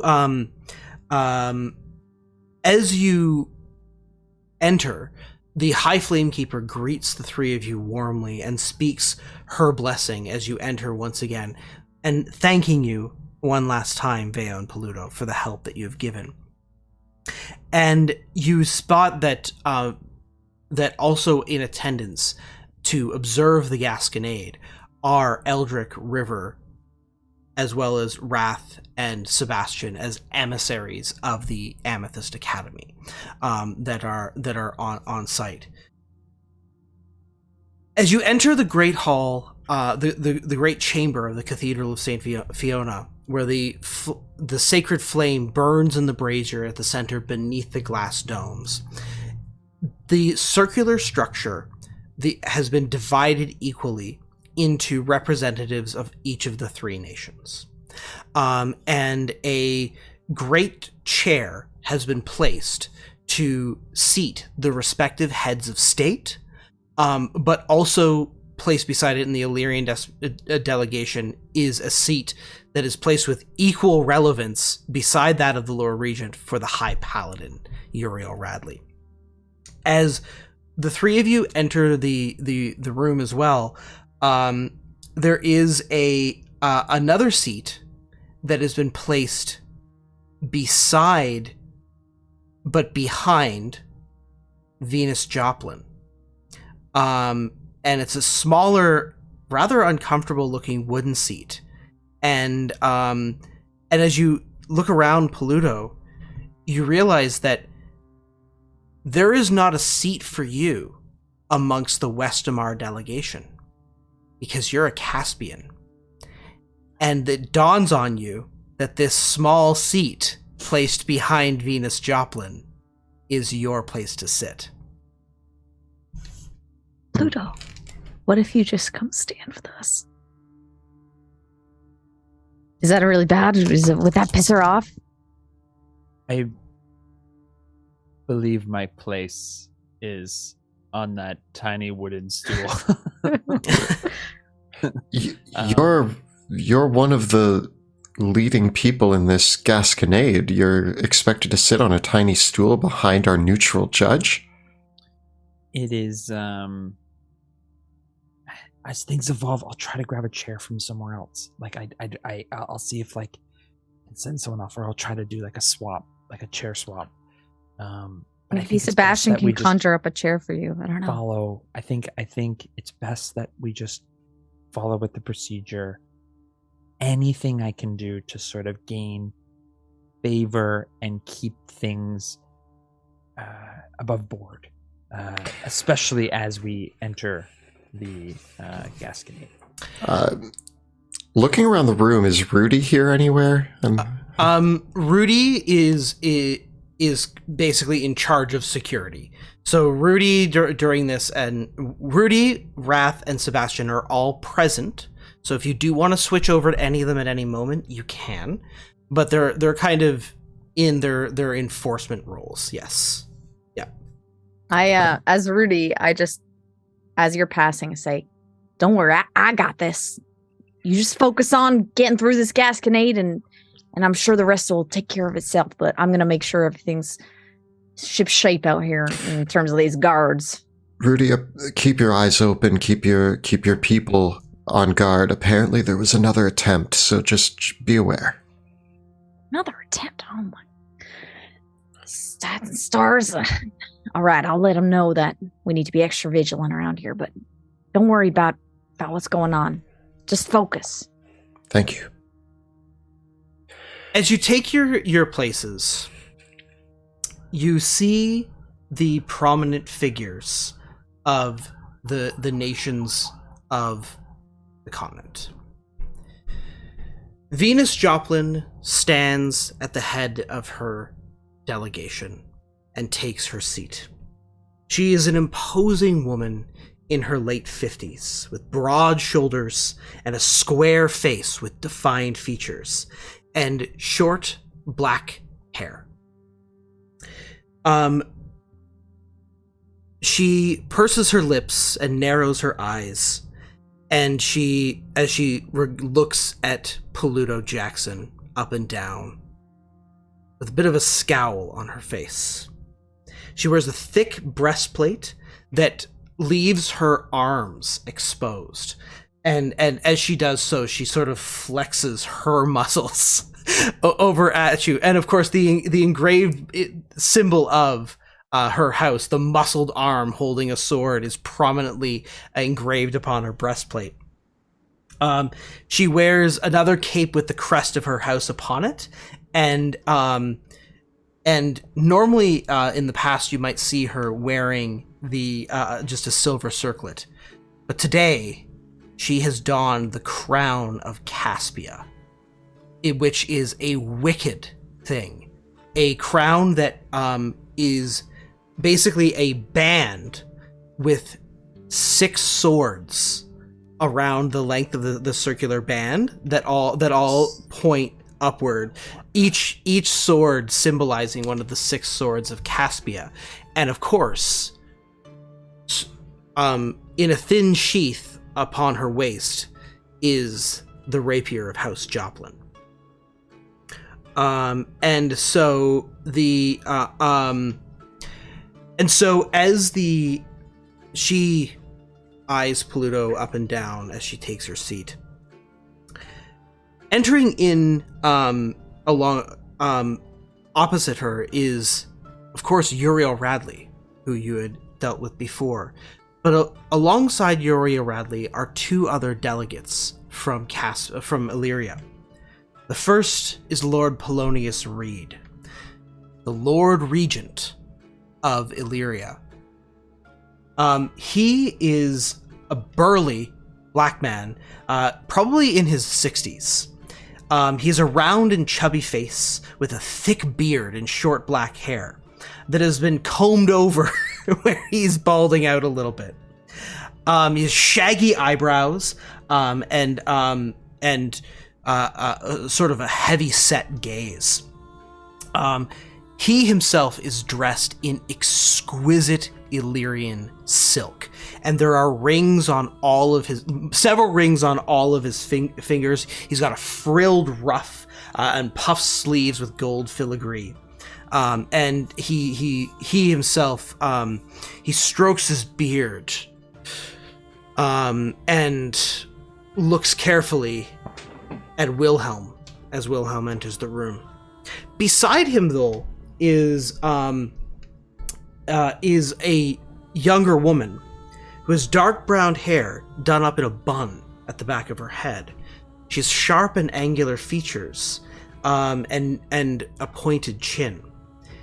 She herself is dressed in Illyrian silk, but one that is more plainly decorated. And Wilhelm, as you enter, one of your attendants leans over and says, "That is the Grand Ambassador, Beatrice Atwood." And finally, Uriel Radley, the High Paladin of the Silver Order, with his grave expression, enters, not making eye contact with a single person, looking away for moments, but keeping his massive hammer, the Judge, prominently set at the side of his chair. Then, the only others given a position of prominence are Ophelia Reed, Petra Lang, Elias Drexel, and the final member of the judging, who is another Flamekeeper of the that is part of our delegation. Pardon me. I've got to get their name out.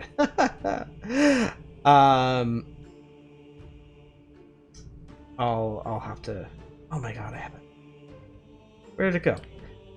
The other one of the other flame keepers that has been the judge on the Illyrian side is out here as well, and so they are all positioned near the braziers, not necessarily with their respective delegations, but all together within this.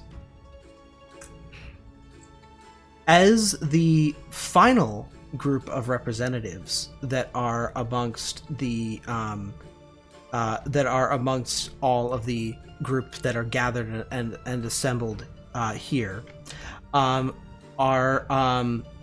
Flamekeeper Tamora that is amongst them, who is a contemporary of Ophelia Reed, also garbed in the trappings of a Flamekeeper. Also with Uriel Radley are his fellow duelists, Mallory Granick and another Flamekeeper, Sheila, as well. They're gathered here, and then finally amongst them is Isabella Ezio and the delegations from Liberio. And Isabella is the first to sort of speak, and she says, "Welcome, great leaders, to the free city of Liberio. You are all our honored guests, and Liberio is proud to be the host to such an important meeting.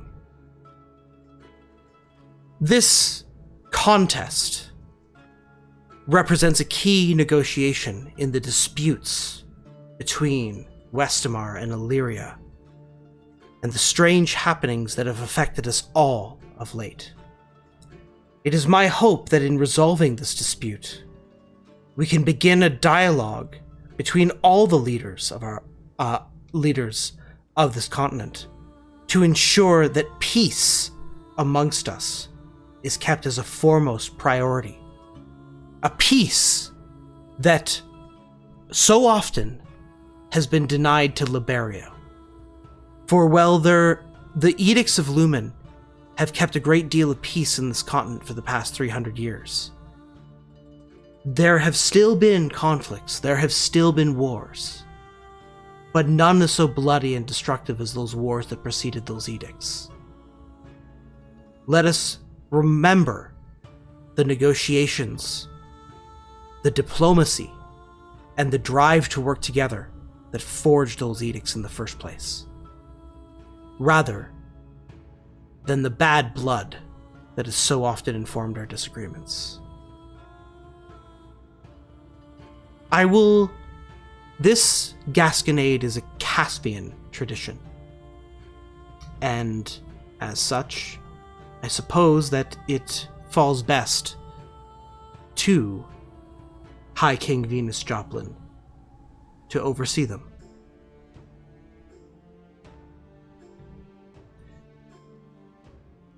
Venus Joplin, as Isabella Ezio continues to speak for a little bit, giving a bit of a longer speech, Venus Joplin leans back in her chair towards you, Pluto. A few other speeches are being given by delegates laying out the process, and Venus Joplin says, "Cousin, you've got a lot of nerve."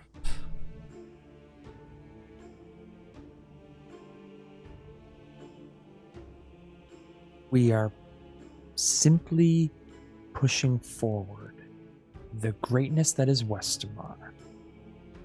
And I hope you will be a fair and honorable judge of this great cascade, and do well to honor our forefather in choosing the clear winner. You think you've laid some kind of trap for me, don't you, Pluto Jackson? I'm not smart enough to lay a trap for you. Fine then. Well, I'm mostly making these things up as I go. All I know is that I want Wilhelm on the throne. He's my friend, and I think we're sort of related. You don't play game. She's trying to keep her voice down. You don't play games. I know what you're doing here. You're trying to get me that my vote is going to mean that you've killed the most impressive monster and that you've got the most impressive sword. That's going to win you 2 votes at the King's Moot, and you're having me deliver them to you. If you think I'm going to give up this crown that easily, you've got another thing coming. If you were really understanding of the true nature of what we're trying to do here in Liberio, you would put aside our differences and do what's best for Westamar and Caspia and Illyria and unite against the common enemy, which is our misunderstandings of each other. I'm pretty sure. And also, who's with the mind games? Look at this wobbly chair. It's got like a weird leg and stuff on it. So don't come at me with your playing stuff on it. You know, number one, this sword is wicked, and it definitely earned that vote. And number two, that monster is up for grabs by anyone before the King's Moot. But I challenge you, if you are a true Caspian, you'll go and slay something bigger than the head I got on the platter over there. Pluto Jackson, today I'm going to slay the biggest monster in this room, your ego. That's good. That's good. I wish I could have used that later. Ding. Yeah, well, you're not looking as swole as you normally do. Your glutes look soft.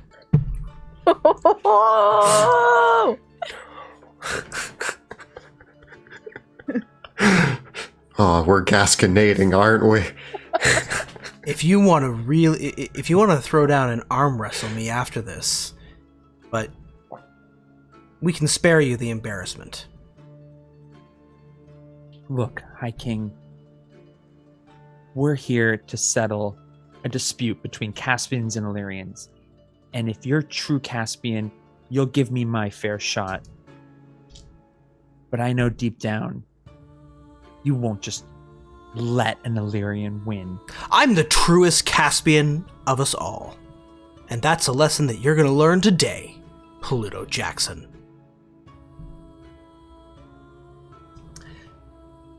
Somebody bring me a better chair. Venus Joplin stands. Enough of these speeches! I've heard enough. This is a Caspian duel, and this is one of our most honored traditions, the GASCONADE. I'm here to see braggarts. I'm here to see boasting. I'm here to see glory. And I'm here to see the monsters that you've slain. So why are we delaying with all this posh talk? Bring on the main event. Let's see what you really got. Oh boy. All right then. Who's first? I understand that we've got some very impressive and very large things. I hope they'll fit in the doors of this. There's a joke here about shattering a glass ceiling, but I'm not going to do it. But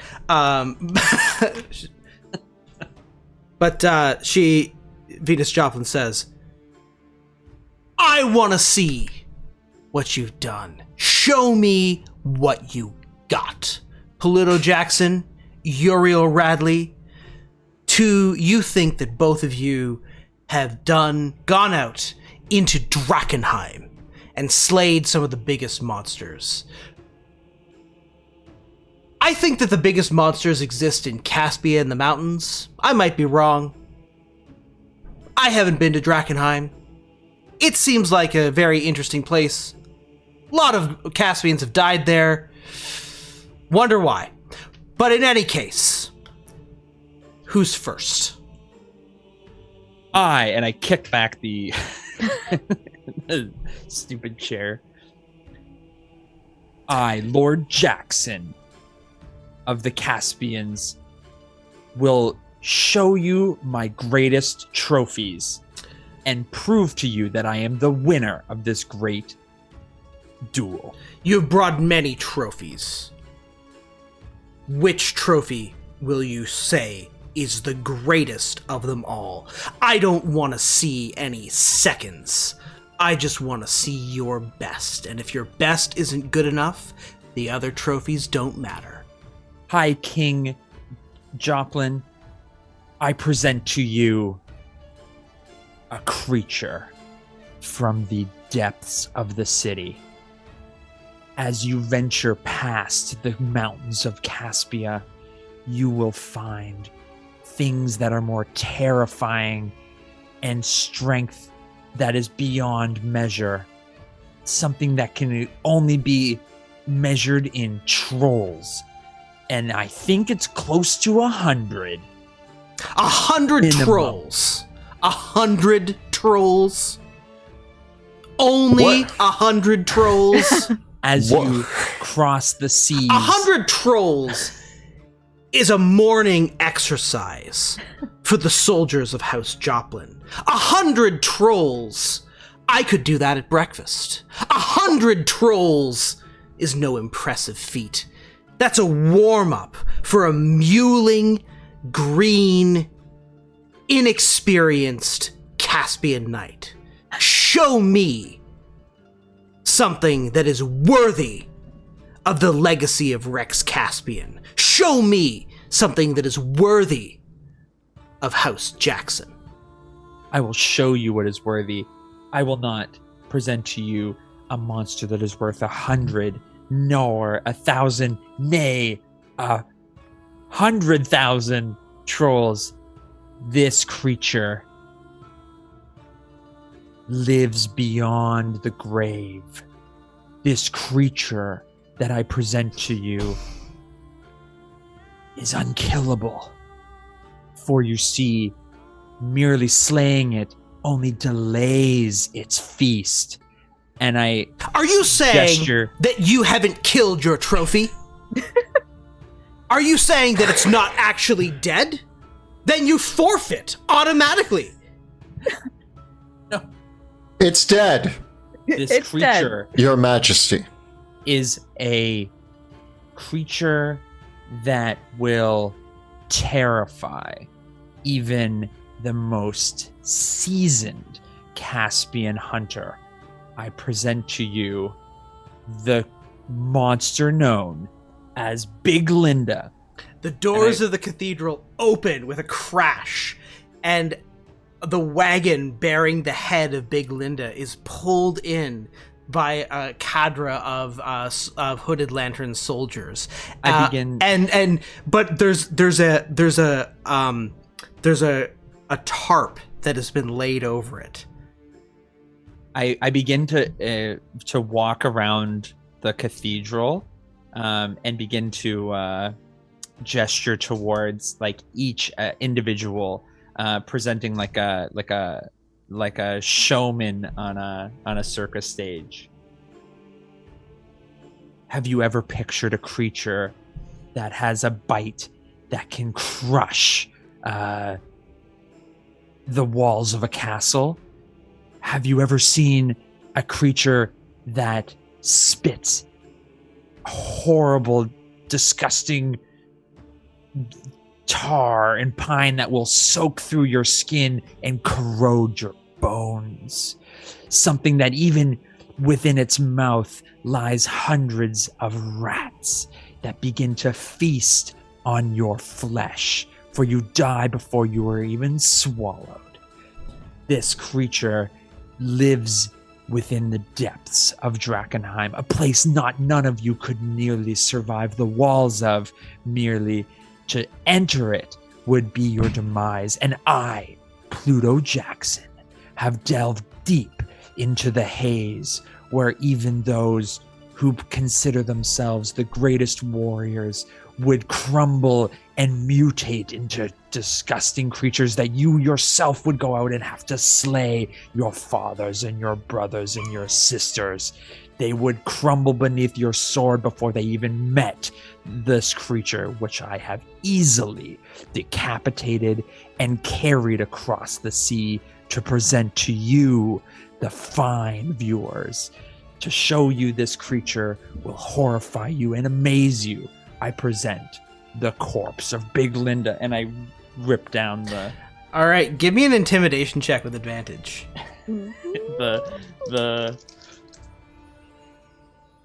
the thing, and I'm gonna use my commanding presence. Okay. So I get a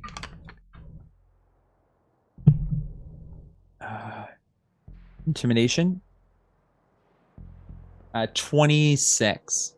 There is a gasp from the crowd as the oozing head of Big Linda is unveiled to the crowd. And as you whoosh the curtain off, it actually like blusters the flame, and there's like a flicker of the lights that reverberate through the entire chamber. There's gasps, and you see for a brief moment, even Venus Joplin's eyes go wide. And she says, This is what you've killed? This is the terror of Drakkenheim. This is oozing, disgusting, monstrous head is truly worthy of all that hot air, a magnificent show. Excellent job for a Caspian. Now that you have unveiled your trophy, who did you slay it with? I present to you my second and third in command, and they would decide who they are in that ranking. Wilhelm von Kessel and Veo Senya. The second. Well, Second in command. with the unveiling of the first trophy, we will now see the second trophy, and then we will get to my favorite part of the Gasconade, the blow-by-blow, where you will each tell me of how you slayed this monster of a trophy. And then, by the measure of your deeds and valor, I will decide who is the true winner. Well, she turns.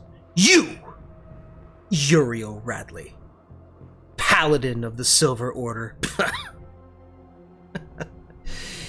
You think your knights are so brave. You think your knights are so accomplished.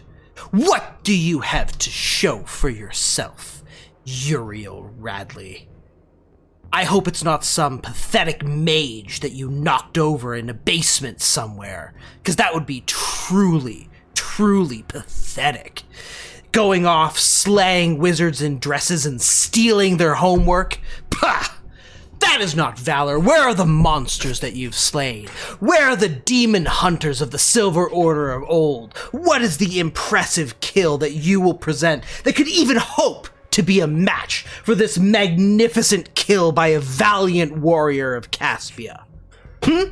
What have you got to show? Show me what you've got. Off in the audience, Sebastian yells, "Hey!" That's all. And Uriel Radley turns and she says, Now, Your Majesty, I'm known for being a humble man, and I will say that I have fought many a man and beast in my time, but this is something else, I must tell you that much. You understand me? Because the things that you see in the things that stalk the streets of that city, ooh, horrors, but they are nothing compared to the evil that dwells beneath the earth in that crater where that cursed star fell upon our world. I have seen such things that are the stuff of nightmares incarnate, things that are not meant to be, and monsters that would truly terrify even the nightmares of the most valiant, I must say, monsters that would haunt the nightmares of 1,000 trolls, if you pardon my turn of phrase. Now, this beast, I thought when I first laid my eyes upon it that there was no way we would destroy it. I thought that it would take, well, I'd have to choke it with the very earth itself to kill it. And that's what we did. I present to you Venus Joplin, High King of Caspia. We've taken to calling this beast the Mother Worm. It's a mother? The doors of the crater, the doors of the cathedral, burst open with a crash, and a great cart rolls out. Your eyes look at it for a moment. Is it bigger than yours? Is the cart larger? It barely fits through the doorway. The soldiers of the Silver Order have to push and heave, and as it does so, there's a creaking noise of the cart. And they pull it through, parking it beside the head of Big Linda. And Uriel Radley pulls out the creature. It is the entire body of a gigantic crater worm that has been bisected tip to tail, split open like someone has gutted a colossal eel. It has a mouth of teeth that are all horrible pieces of delirium that the knights have shattered and broken. And the thing smells and even quivers just a little bit. We fought. I must say, destroying this thing, I had to ride this worm like it was the most furious steed you'd ever known. Drove it right up against the biggest shard of delirium I could find, and had it rip its own guts out in the process. And that was the only way we could get it to stop moving. This is the Mother Worm. Venus Joplin. An impressive beast. Truly a monster unlike the likes I have ever seen. But you get ahead of yourself, Paladin. You start telling me already of the tales, and perhaps you carry yourself a little bit too humbly. This is a GASCONADE! This is not a time for humility. This is a time for showmanship! For showing me the glory of what you can accomplish, the greatness of your deeds. Don't hold back, not for a moment. Think of just what's on the line. Think of all the things, of the glory, of the majesty of your kill. Think of all that is at stake, and you would have humility at a time like this? Not off to a good start, I think, High Paladin. Not off to a good start, despite the impressiveness of what you've brought before me.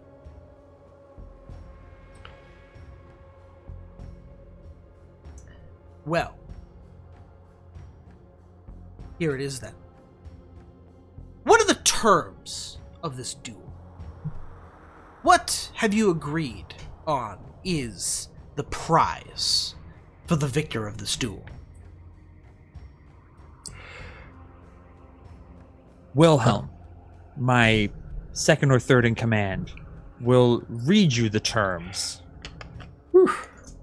Now, Uriel Radley interrupts. Now, that's not appropriate. He ain't no third in command. He is the king of Westamar.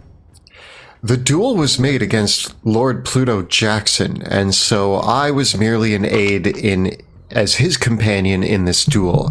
I might be a potential king of Westamar, but in this duel, I was next in command to the great Pluto Jackson, and I am humbled by my position in this duel.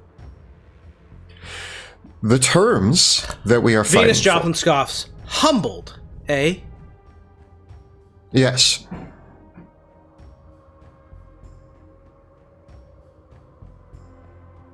With respect, Wilhelm von Kessel, you are a king of the continent. Act like one. Humility is not something that you should be acting with. If we are to be peers and equals, I won't have you groveling yourself before Pluto Jackson. Hi, King Venus Joplin. If you want me to act a powerful king, I can do so. And I think that kindness is a strong act. And I think that it would do you well to show a little more from time to time. And if you'd like, maybe we could arm wrestle after this and settle it the Caspian way. But until then, it was a humbling act to fight alongside such a great warrior as the incredible Pluto Jackson, who fell this amazing beast. We aided him in doing so, and yes, I was humbled to fight alongside him because Pluto Jackson is an incredible swordsman. I myself am a skilled duelist.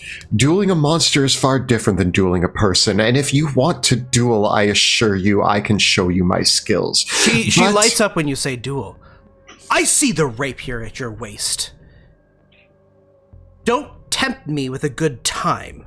Oh, but are we not here to tempt? Are we not here to be boisterous and loud? And just because I use the term humbled does not weaken me in my position as king. It merely states that Pluto Jackson excelled in what can only be accounted to as a great tale of heroics and a great monster fight that will go down in Caspian history. And that is Pluto Jackson's triumph.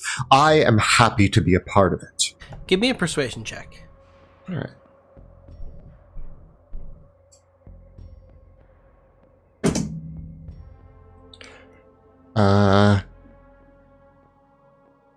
26. Venus Joplin says, "Ah, I see what you're doing. You're trying to belittle him with your humility. I like it. Unorthodox, but I like it. Keep it up. It's really gonna get to him after a while." Ha ha ha. Good. What? That's some nice swagger then. Thank you. Wilhelm, your read of it is that humility is really not gonna win Venus Joplin over, but it seems like she might have thought that you were joking. Fair.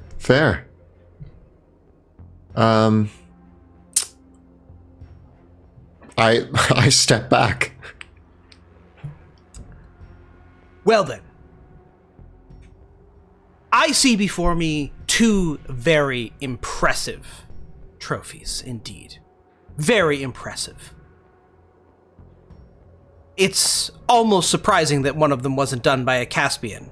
And if I didn't know, and if you told me that neither of them were done by Caspians, I just wouldn't believe you, to be perfectly honest. To be perfectly frank, Uriel Radley, you're sure you're not partially Caspian? Because to be perfectly frank, to be perfectly honest, I'm just flabbergasted that someone who isn't a Caspian would be killing a monster such as this. It just boggles the mind. But this is well done, Pluto. Thus, I want to hear the blow by blow. Tell me, how did you kill it? I never even gave the terms, but we're past that now. Oh no! Actually, we're not. We do need it. I'm getting excited. I just love hearing stories of monsters being utterly valiantly destroyed by brave warriors. But it is important that we do go over these terms. You've got to have all the business stuff. Sorry, High King Joplin. I got carried away too in the excitement. Excellent. I like that very much. The terms of the duel are as follows.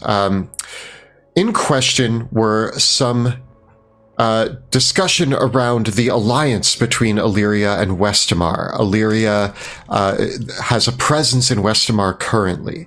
Also, Illyria was asking for the head of one Sebastian Crow, which we also believe was unjust. In order to assess who has the lead in what the terms of our allegiance would be, and the fate of Sebastian Crow, we were challenged to a duel. If we win the duel, we are able to more strongly defend our claim in Westamar. I might be mixing this up a bit, but can we... You're doing well. You're doing so well. Yeah. And in so doing, come to an agreement of peace that protects Sebastian and Westamar and brings Illyria into the fold as a great ally to face against the threat of delirium. Now, you're forgetting one very important term of our little duel here, Your Majesty. What? I believe another thing up for grabs in this duel is the sword Ignatius. Right. The sword Ignatius, I believe, was found and bestowed upon Pluto Jackson. And although I agree that we will hand it over to Illyria, I think that its value in the fights to come cannot be denied, and the fact that the sword itself chose Pluto cannot be denied.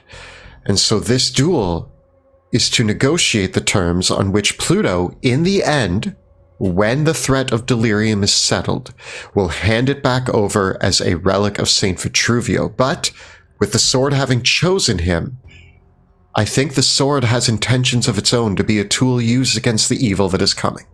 That was not the terms of our duel. The sword will be handed over, and it will be used as a tool, but not wielded by Pluto Jackson. I thought that's what we were discussing, and that's why the... If I am to understand correctly, the outcome of this duel will decide whether you hand the sword over or not. I thought that was the whole point of this. Yes, I thought that's what I said. Yes, and that you will hand the sword over immediately when you lose this duel. But we're going to win the duel, and therefore keep the sword until we decide to hand it over at a later date that is in the near future. I mean, with respect to you, Your Majesty, I just don't think that this is much of a contest very much. I mean, your monster is very impressive, I might add, but I mean, it's just not nearly as big as this worm. Well, Uriel, and I step up and I say, let the stories and the blow-by-blow decide that, because I think you'll find there's much value in the story to be told, not just of the monster that's been killed. Yeah, Venus. Uriel, we all couldn't just be gardening in the crater, picking up worms and carrying them across Drakkenheim. Some of us were out there slaying beasts. Like, we're not out here for horticulture. We're here to slay monsters. At this comment, Venus Joplin goes, he's got you there, Paladin. Look at you, picking up little worms to bring to a big duel. I like that. Not and to she mention slaps Pluto Jackson on the back. Not to mention that the head of Big Linda, the greatest monster of Drakkenheim, was taken down by the very sword I carry, not driven into a giant delirium crystal like some cattle being herded. You are but a farmer and a caretaker. You are not a warrior. There's the crowd. Ooh. I'm gonna My friends, we're getting ahead of ourselves. We should do the blow-by-blow on what actually occurred. Senya should tell us the blow-by-blow. Before that... No! I want to hear what she's going to say. I'm trying to use an ability. I've been trying to squeeze this in. In my talking, can I use panache? Sure. Cool. Hooray. What's panache do?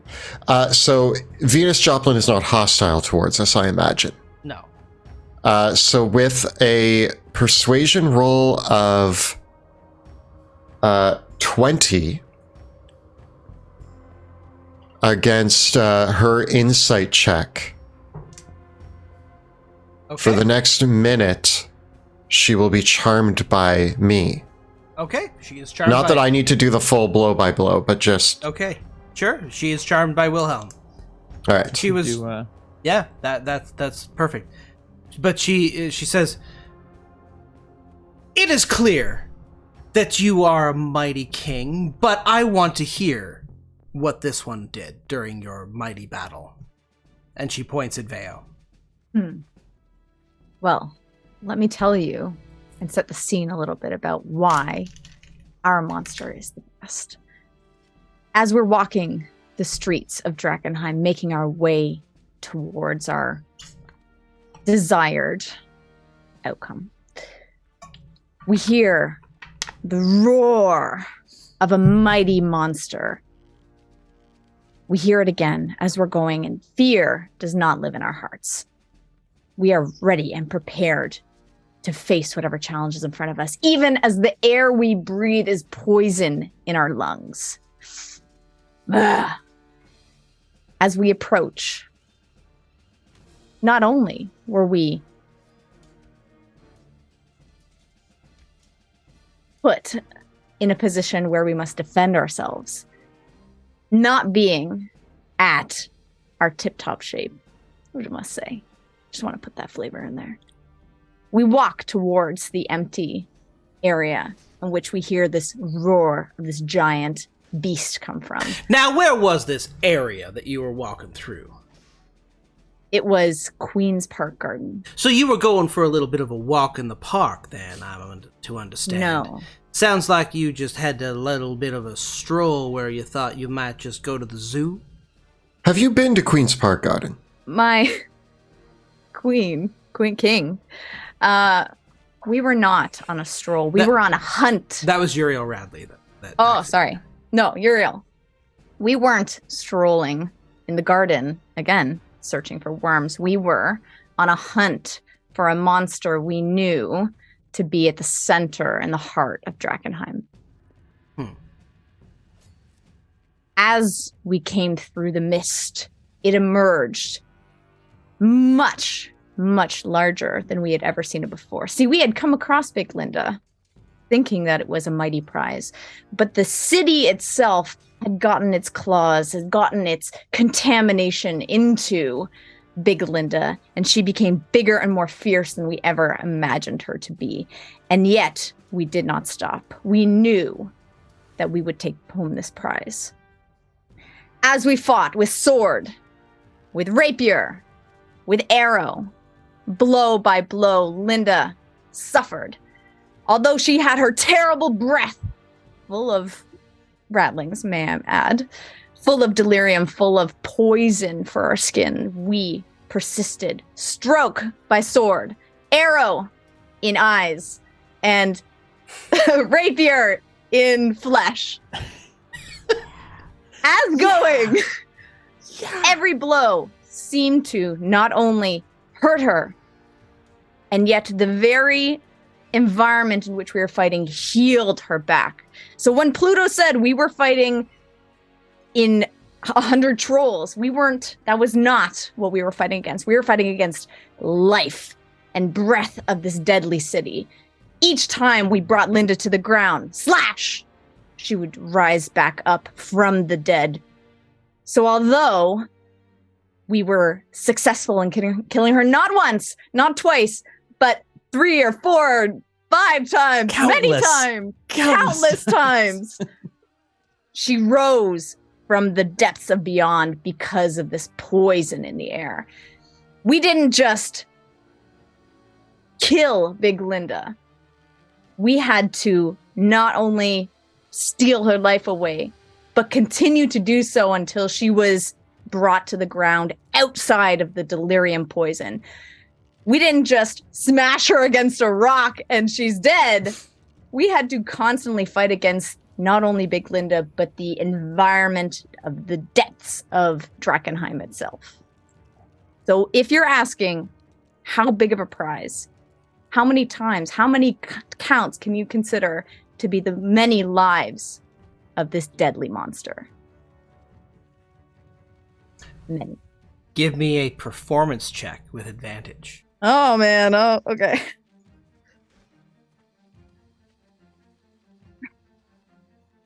Well, Okay. Well, fortunately, with your eloquent words, Venus Joplin is impressed, but she says, "An impressive battle. But I need to know, is it truly dead? Is it actually slain? Or could it rise again? If you have a trophy hanging on your wall, and it tries to bite you back, is it really a trophy? Can you prove that it is truly slain?"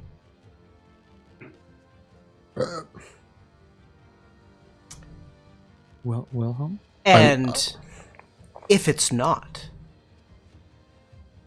will you slay it again so I can watch? well, I mean, we're not in Drakkenheim anymore. The way that this creature brought itself back to life was using the essence of Drakkenheim. As long as it's removed from the city, it is as good as dead. And I'm going to walk up and poke it with my rapier. If we were to return it to the city, however, could. Hey, you! Mage! Yeah, mage! She points at Sebastian. You know magic stuff. Do you have any of that purple crystal stuff? Yeah, but I don't think that's a good idea to just go bringing a Big Linda back from the dead in the middle of a Gasconade in the middle of Liberio. You know, usually I'm all, what's the worst that could happen? But that actually crosses my line, I think. High King Joplin, for you see this trophy carries upon it a memory. For once we take back the city, we will place it within the castle as a constant reminder of the trials we faced to rid that city of all of the monsters that wish to wreak havoc upon the peasants and the people. You're a Caspian warrior, and you're going to let someone else string up a trophy in your hall, perhaps the greatest trophy of House Jackson in its entire history, and you're going to hang it up in Drakkenheim and not in the House of Jackson? That's a little... This trophy is but a mere... It is but a notch in my belt. In the great dynasty that is the Jackson name, this trophy is but a mere physical essence. but a big one. It's the biggest. It's got to be the biggest. Of what I have accomplished in my grand career.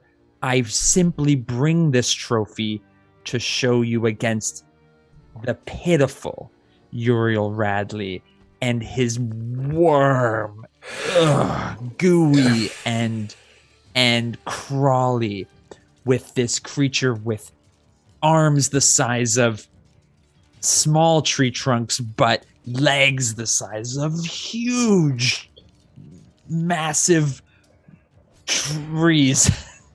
Hi, King, if I may. Pluto Jackson, can I ask you a question? Now, you don't have to ask him to ask a question. You're a king. Ask him a question. Don't ask someone to ask a question.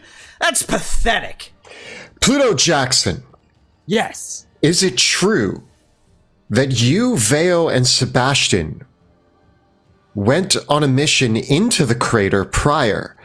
Your mission was not to slay a monster, it was to simply get to the heart, and in doing so, you faced a crater worm very much like this and survived. Yes, we have fought the crater worm. And as we touched the heart of the delirium, the very core of the corruption of Drakkenheim, we said, a worm? Not today. It's my understanding, Pluto, that Sebastian was there for scientific and research purposes while you defended him from this worm, the worm that that Uriel Radley has brought in, or similar. Defended. I simply watched as the worm writhed and writhed around. A simple creature. Now, killing a worm that these two have already faced and survived is not much of a feat at all, is it? But did you slay a worm? They weren't there to slay the worm, Your Majesty. But did they?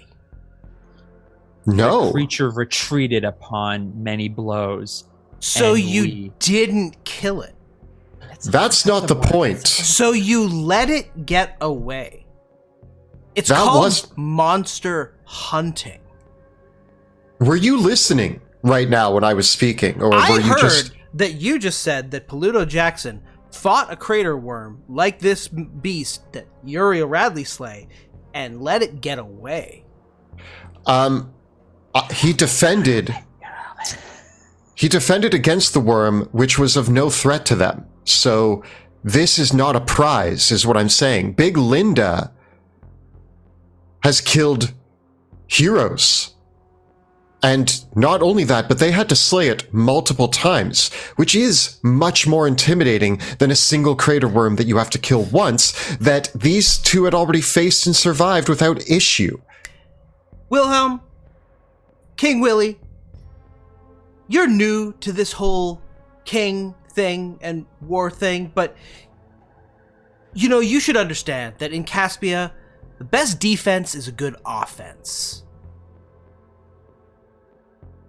And if you can't secure your slay, if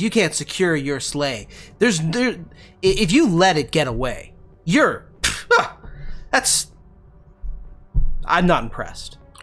Well, Hi, King Joplin, you should pay more attention when I'm telling a story and not go bouncing around your own ideas of what is or isn't right, and maybe we could have a real neutral party judging this GASCONADE next time. Thank you.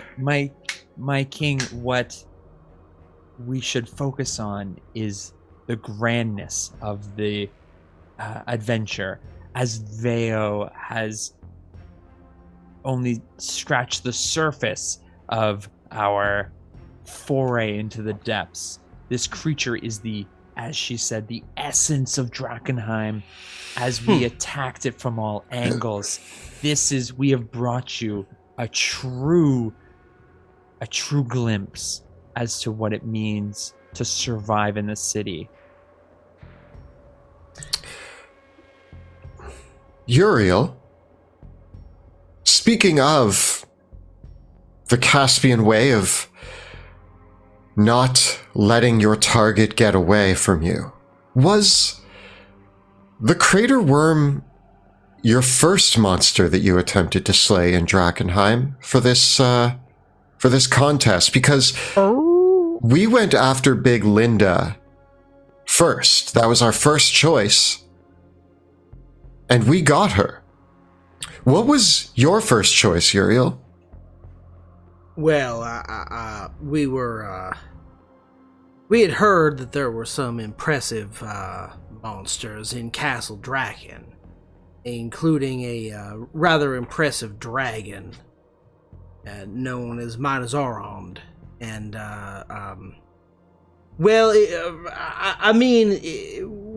we gave it a good go, and we fought that thing, and it was something else, though, and Speak up, Uriel. We can't quite hear your story that you're telling. No, we didn't kill it. No. So the crater worm was your second choice. Well, yes. I'm an honest man, and I will say, that dragon of Castle Draken, that protector, that was a fierce monster. And it,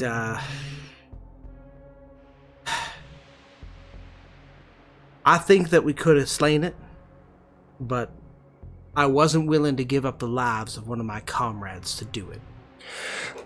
Well, in a Caspian duel, the Caspian way is that the best defense is a good offense, and leaving with your mark, killing your target, is the Caspian way, I believe. Vale, what was our first target?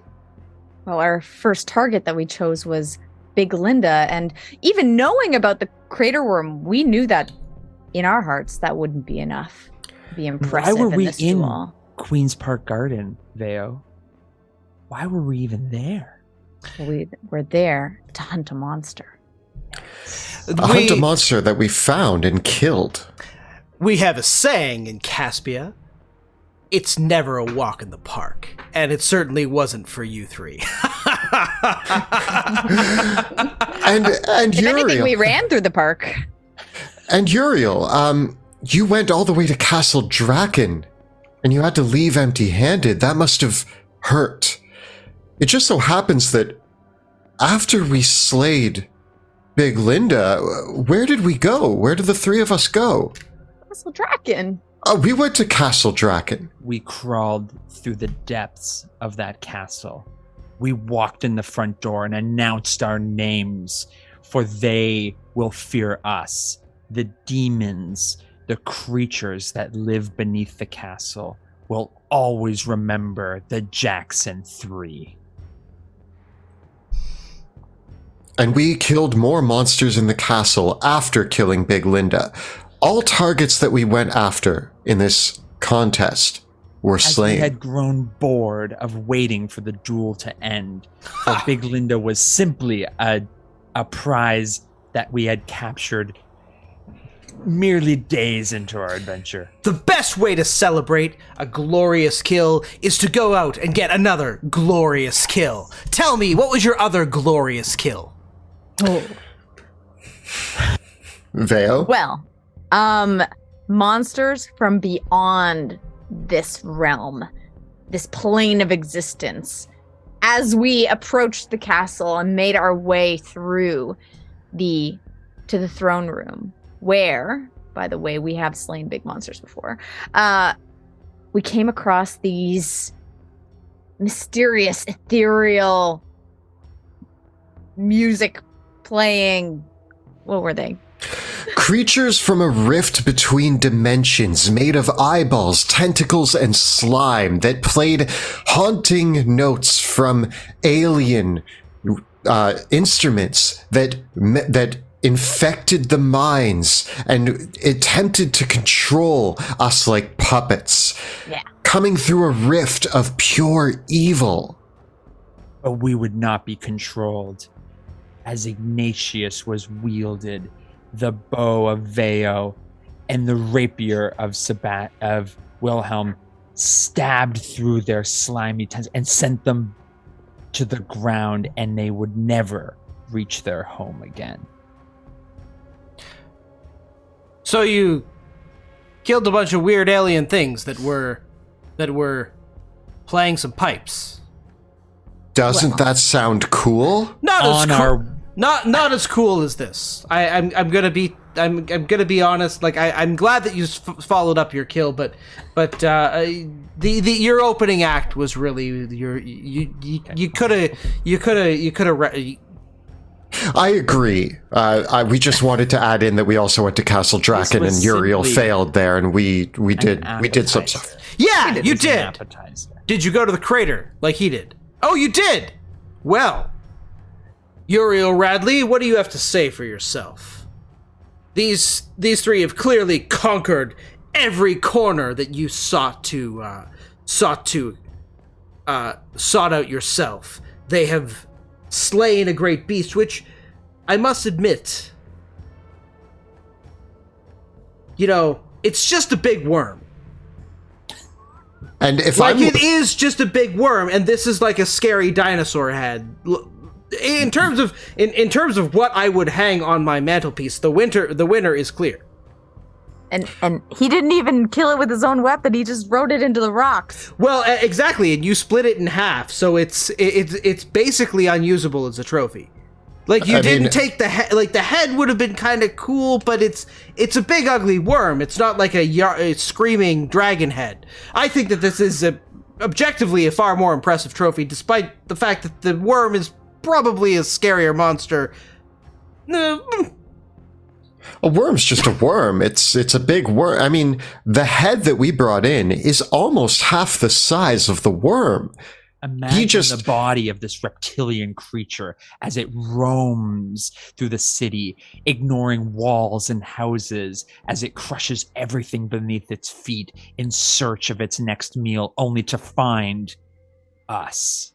Its last. It teleported. It breathed stuff. It breathed rattlings. Its footprint. Pluto was in its footprint. You could have fit 3 Plutos in this creature's footprint.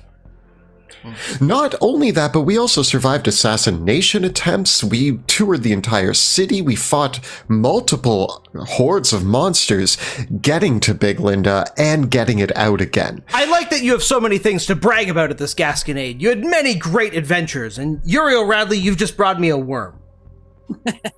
Uriel Radley. We also killed Wilhelm's aunt. We don't. Yeah. We're here to talk about the monsters that you've slain, not the people that you've slain. Well, I mean, in the end, she was a bit of a monster. Wilhelm's aunt. That's Lenore Jones. I got carried away. You murdered another Caspian? No. She was no longer. We found, as I have said, the city changes those who live beneath the depths, and we provided a funeral service for the one we used to know as Lenore. If I may, Pluto does speak of another monster that we faced in Drakkenheim. This was not part of this. It just happened to happen in the 5 days. And if it's going to be included in this GASCONADE, I would like to say that the creature that we found in the depths of Castle Draken was no longer my aunt. And I am going to pull out the porcelain mask of Lenore.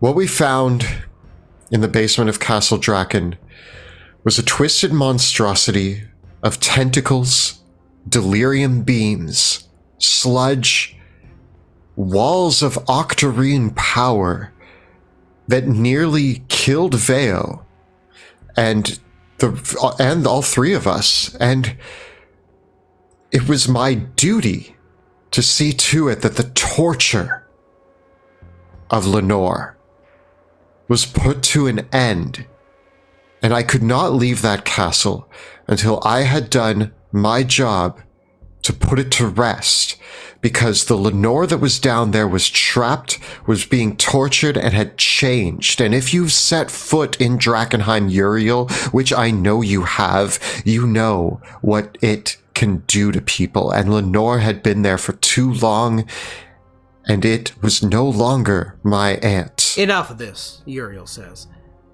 Now you three are bragging all the way about all the other monsters that you've slain. But this duel wasn't about who could kill the most monsters. And regardless, I'll say, for myself, I believe you did that woman a service by putting her out of her misery. And I don't hold that against you one bit myself. But the terms of this duel was to kill the most impressive monster. And if we're going to be pulling out all these other things that you did, and you're going to be bragging about things that weren't relevant to the terms of our duel, then it sounds to me like you're just trying to invent and pull up all this hot air rather than focus on the substantive details of your battle against this creature that you brought here. So if you want to bring in all these other things for consideration, you want to start talking about all the monsters that you've slain that aren't even relevant to this actual fight, maybe I should start telling you about all the monsters that I've fought over my years, all the things that I've seen, and all the horrors that I've witnessed. So you want to start bringing in all your other accomplishments, or do you want to focus on the monsters that we've actually got in front of us here and now? Oh, Uriel, we are talking about only the monsters we've slain during the duel. Venus right. Joplin says, sorry. No, Uriel, you're right. Let us focus on the true prizes. Yeah, Precisely. We can bring it back to the dinosaur versus the worm if you'd like. And I mean, if you want to talk about all of your great heroics prior to this duel, that's great. We haven't really mentioned many. All of ours were just adding to the blow by blow that was asked of us during this duel. Uriel Radley's right. Sorry.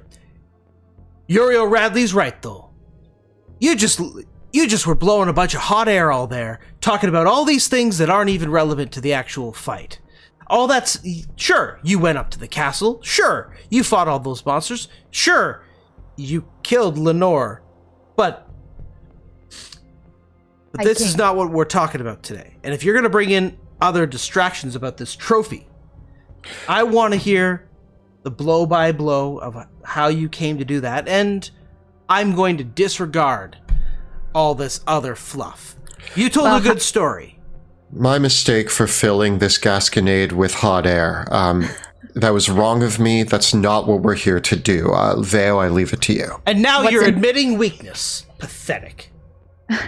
What's important about the stories we've told is how they give flavor to how much of a prize Big Linda is. Because of the when we fought her, how we fought her, how we did not shy away from her as our first and biggest trophy. Even as we faced her when she was coming back from the dead, from inhaling the delirium all around us, we not only took her down several times in Queen's Park Garden, but one thing we didn't talk about was how we brought her down finally. Well, which was the final chase of our battle. Well, I cannot wait to hear that story. But that's where we're going to have to end for tonight. Gasconade! Gasconade! Alrighty. Wow. Well, that is where we will take our break for tonight and come back to conclude the Gasconade next week on our show. A big thank you to Kelly, Jill, and Joe for playing their valiant braggarts. And a huge thank you to Kyle for keeping it real in the chat. Thank you very much, Kyle, for everything you do. And a huge thank you to our Dungeon Master, Monty Martin, who ran tonight's game and allowed us to brag a lot. And yeah, it was a lot of fun. Yeah, so much fun. Thank you, Monty. And again, thank you to all the incredible artists that produce some talented work that we use in our streamed games. I know some of it wasn't used tonight, but we appreciate all of that. And we hope to use it in our future games too. And you can use them in your games, including the tabletop audio. Fantastic. Of course, don't forget to look at the links below for our Teespring store. You can find all of your favorite Dungeon Dudes merch, including Troll Killer, key one of the night. Check out bit.ly/Dungeon Dudes merch. Our videos and live streams are made possible because we have a super awesome group of patrons who contribute to our work through Patreon. If you enjoy the work that we do here on Twitch, YouTube, and on our podcast platforms, please consider becoming a Patreon supporter because it helps us continue to do what we do and make sure that we can keep telling wonderful stories in the world of Drakkenheim while also being able to pay our rent. And live life and do all these things. We are so grateful to our amazing patrons because their support allows us to share these amazing worlds with you on a regular basis. So thank you so much to all of our awesome patrons. You can head on over to patreon.com/dungeon_dudes. Follow the links in the description below if you would like to help support the work that we do. And if you do join our Patreon, you also get access to our exclusive Discord, which is for our patrons only. On there, you get access to all of us. You can chat with us. We're in there as frequently as we can be, answering questions and helping people out. There's direct channels to talk to us and ask us questions. But also you get access to our monthly writers' rooms. You get access to our Q&As and our homebrew workshops, which we are going to try to get back in the schedule of doing more often. So there's a lot of things going on the Discord that you are going to gain access to. So that is all part of our Patreon. So make sure to join us there. Talk to us about anything. I love talking about D&D, but also video games. And there's also a place now to post your cat pictures. Yeah. So that's why you should join our Discord. Yeah. And you can always check out our latest videos on YouTube, youtube.com/dungeondudes. For those of you that are catching this tonight on Twitch or when this goes live on Friday, we're going to be at PAX this weekend, PAX Unplugged this weekend in Philadelphia. So we have we're going to be doing a panel, we're going to be doing a meet and greet, we're going to be wandering the expo hall. So if you are going to PAX Unplugged, please come on out, join us, say hello. We would love to meet you at any of our events. You can check the PAX schedule and just search Dungeon Dudes in the schedule. You'll find all of our events that we're running over there. Hope to see you there as well.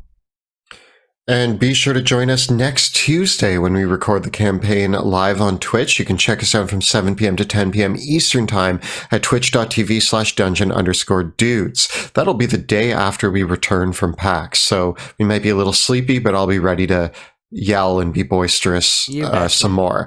Gasconade! Gasconade! You can also watch the video episodes of the show on YouTube or check us out as an audio-only podcast as well. Thank you so much for watching, and we will see you next time for more Gasconade! Gasconade!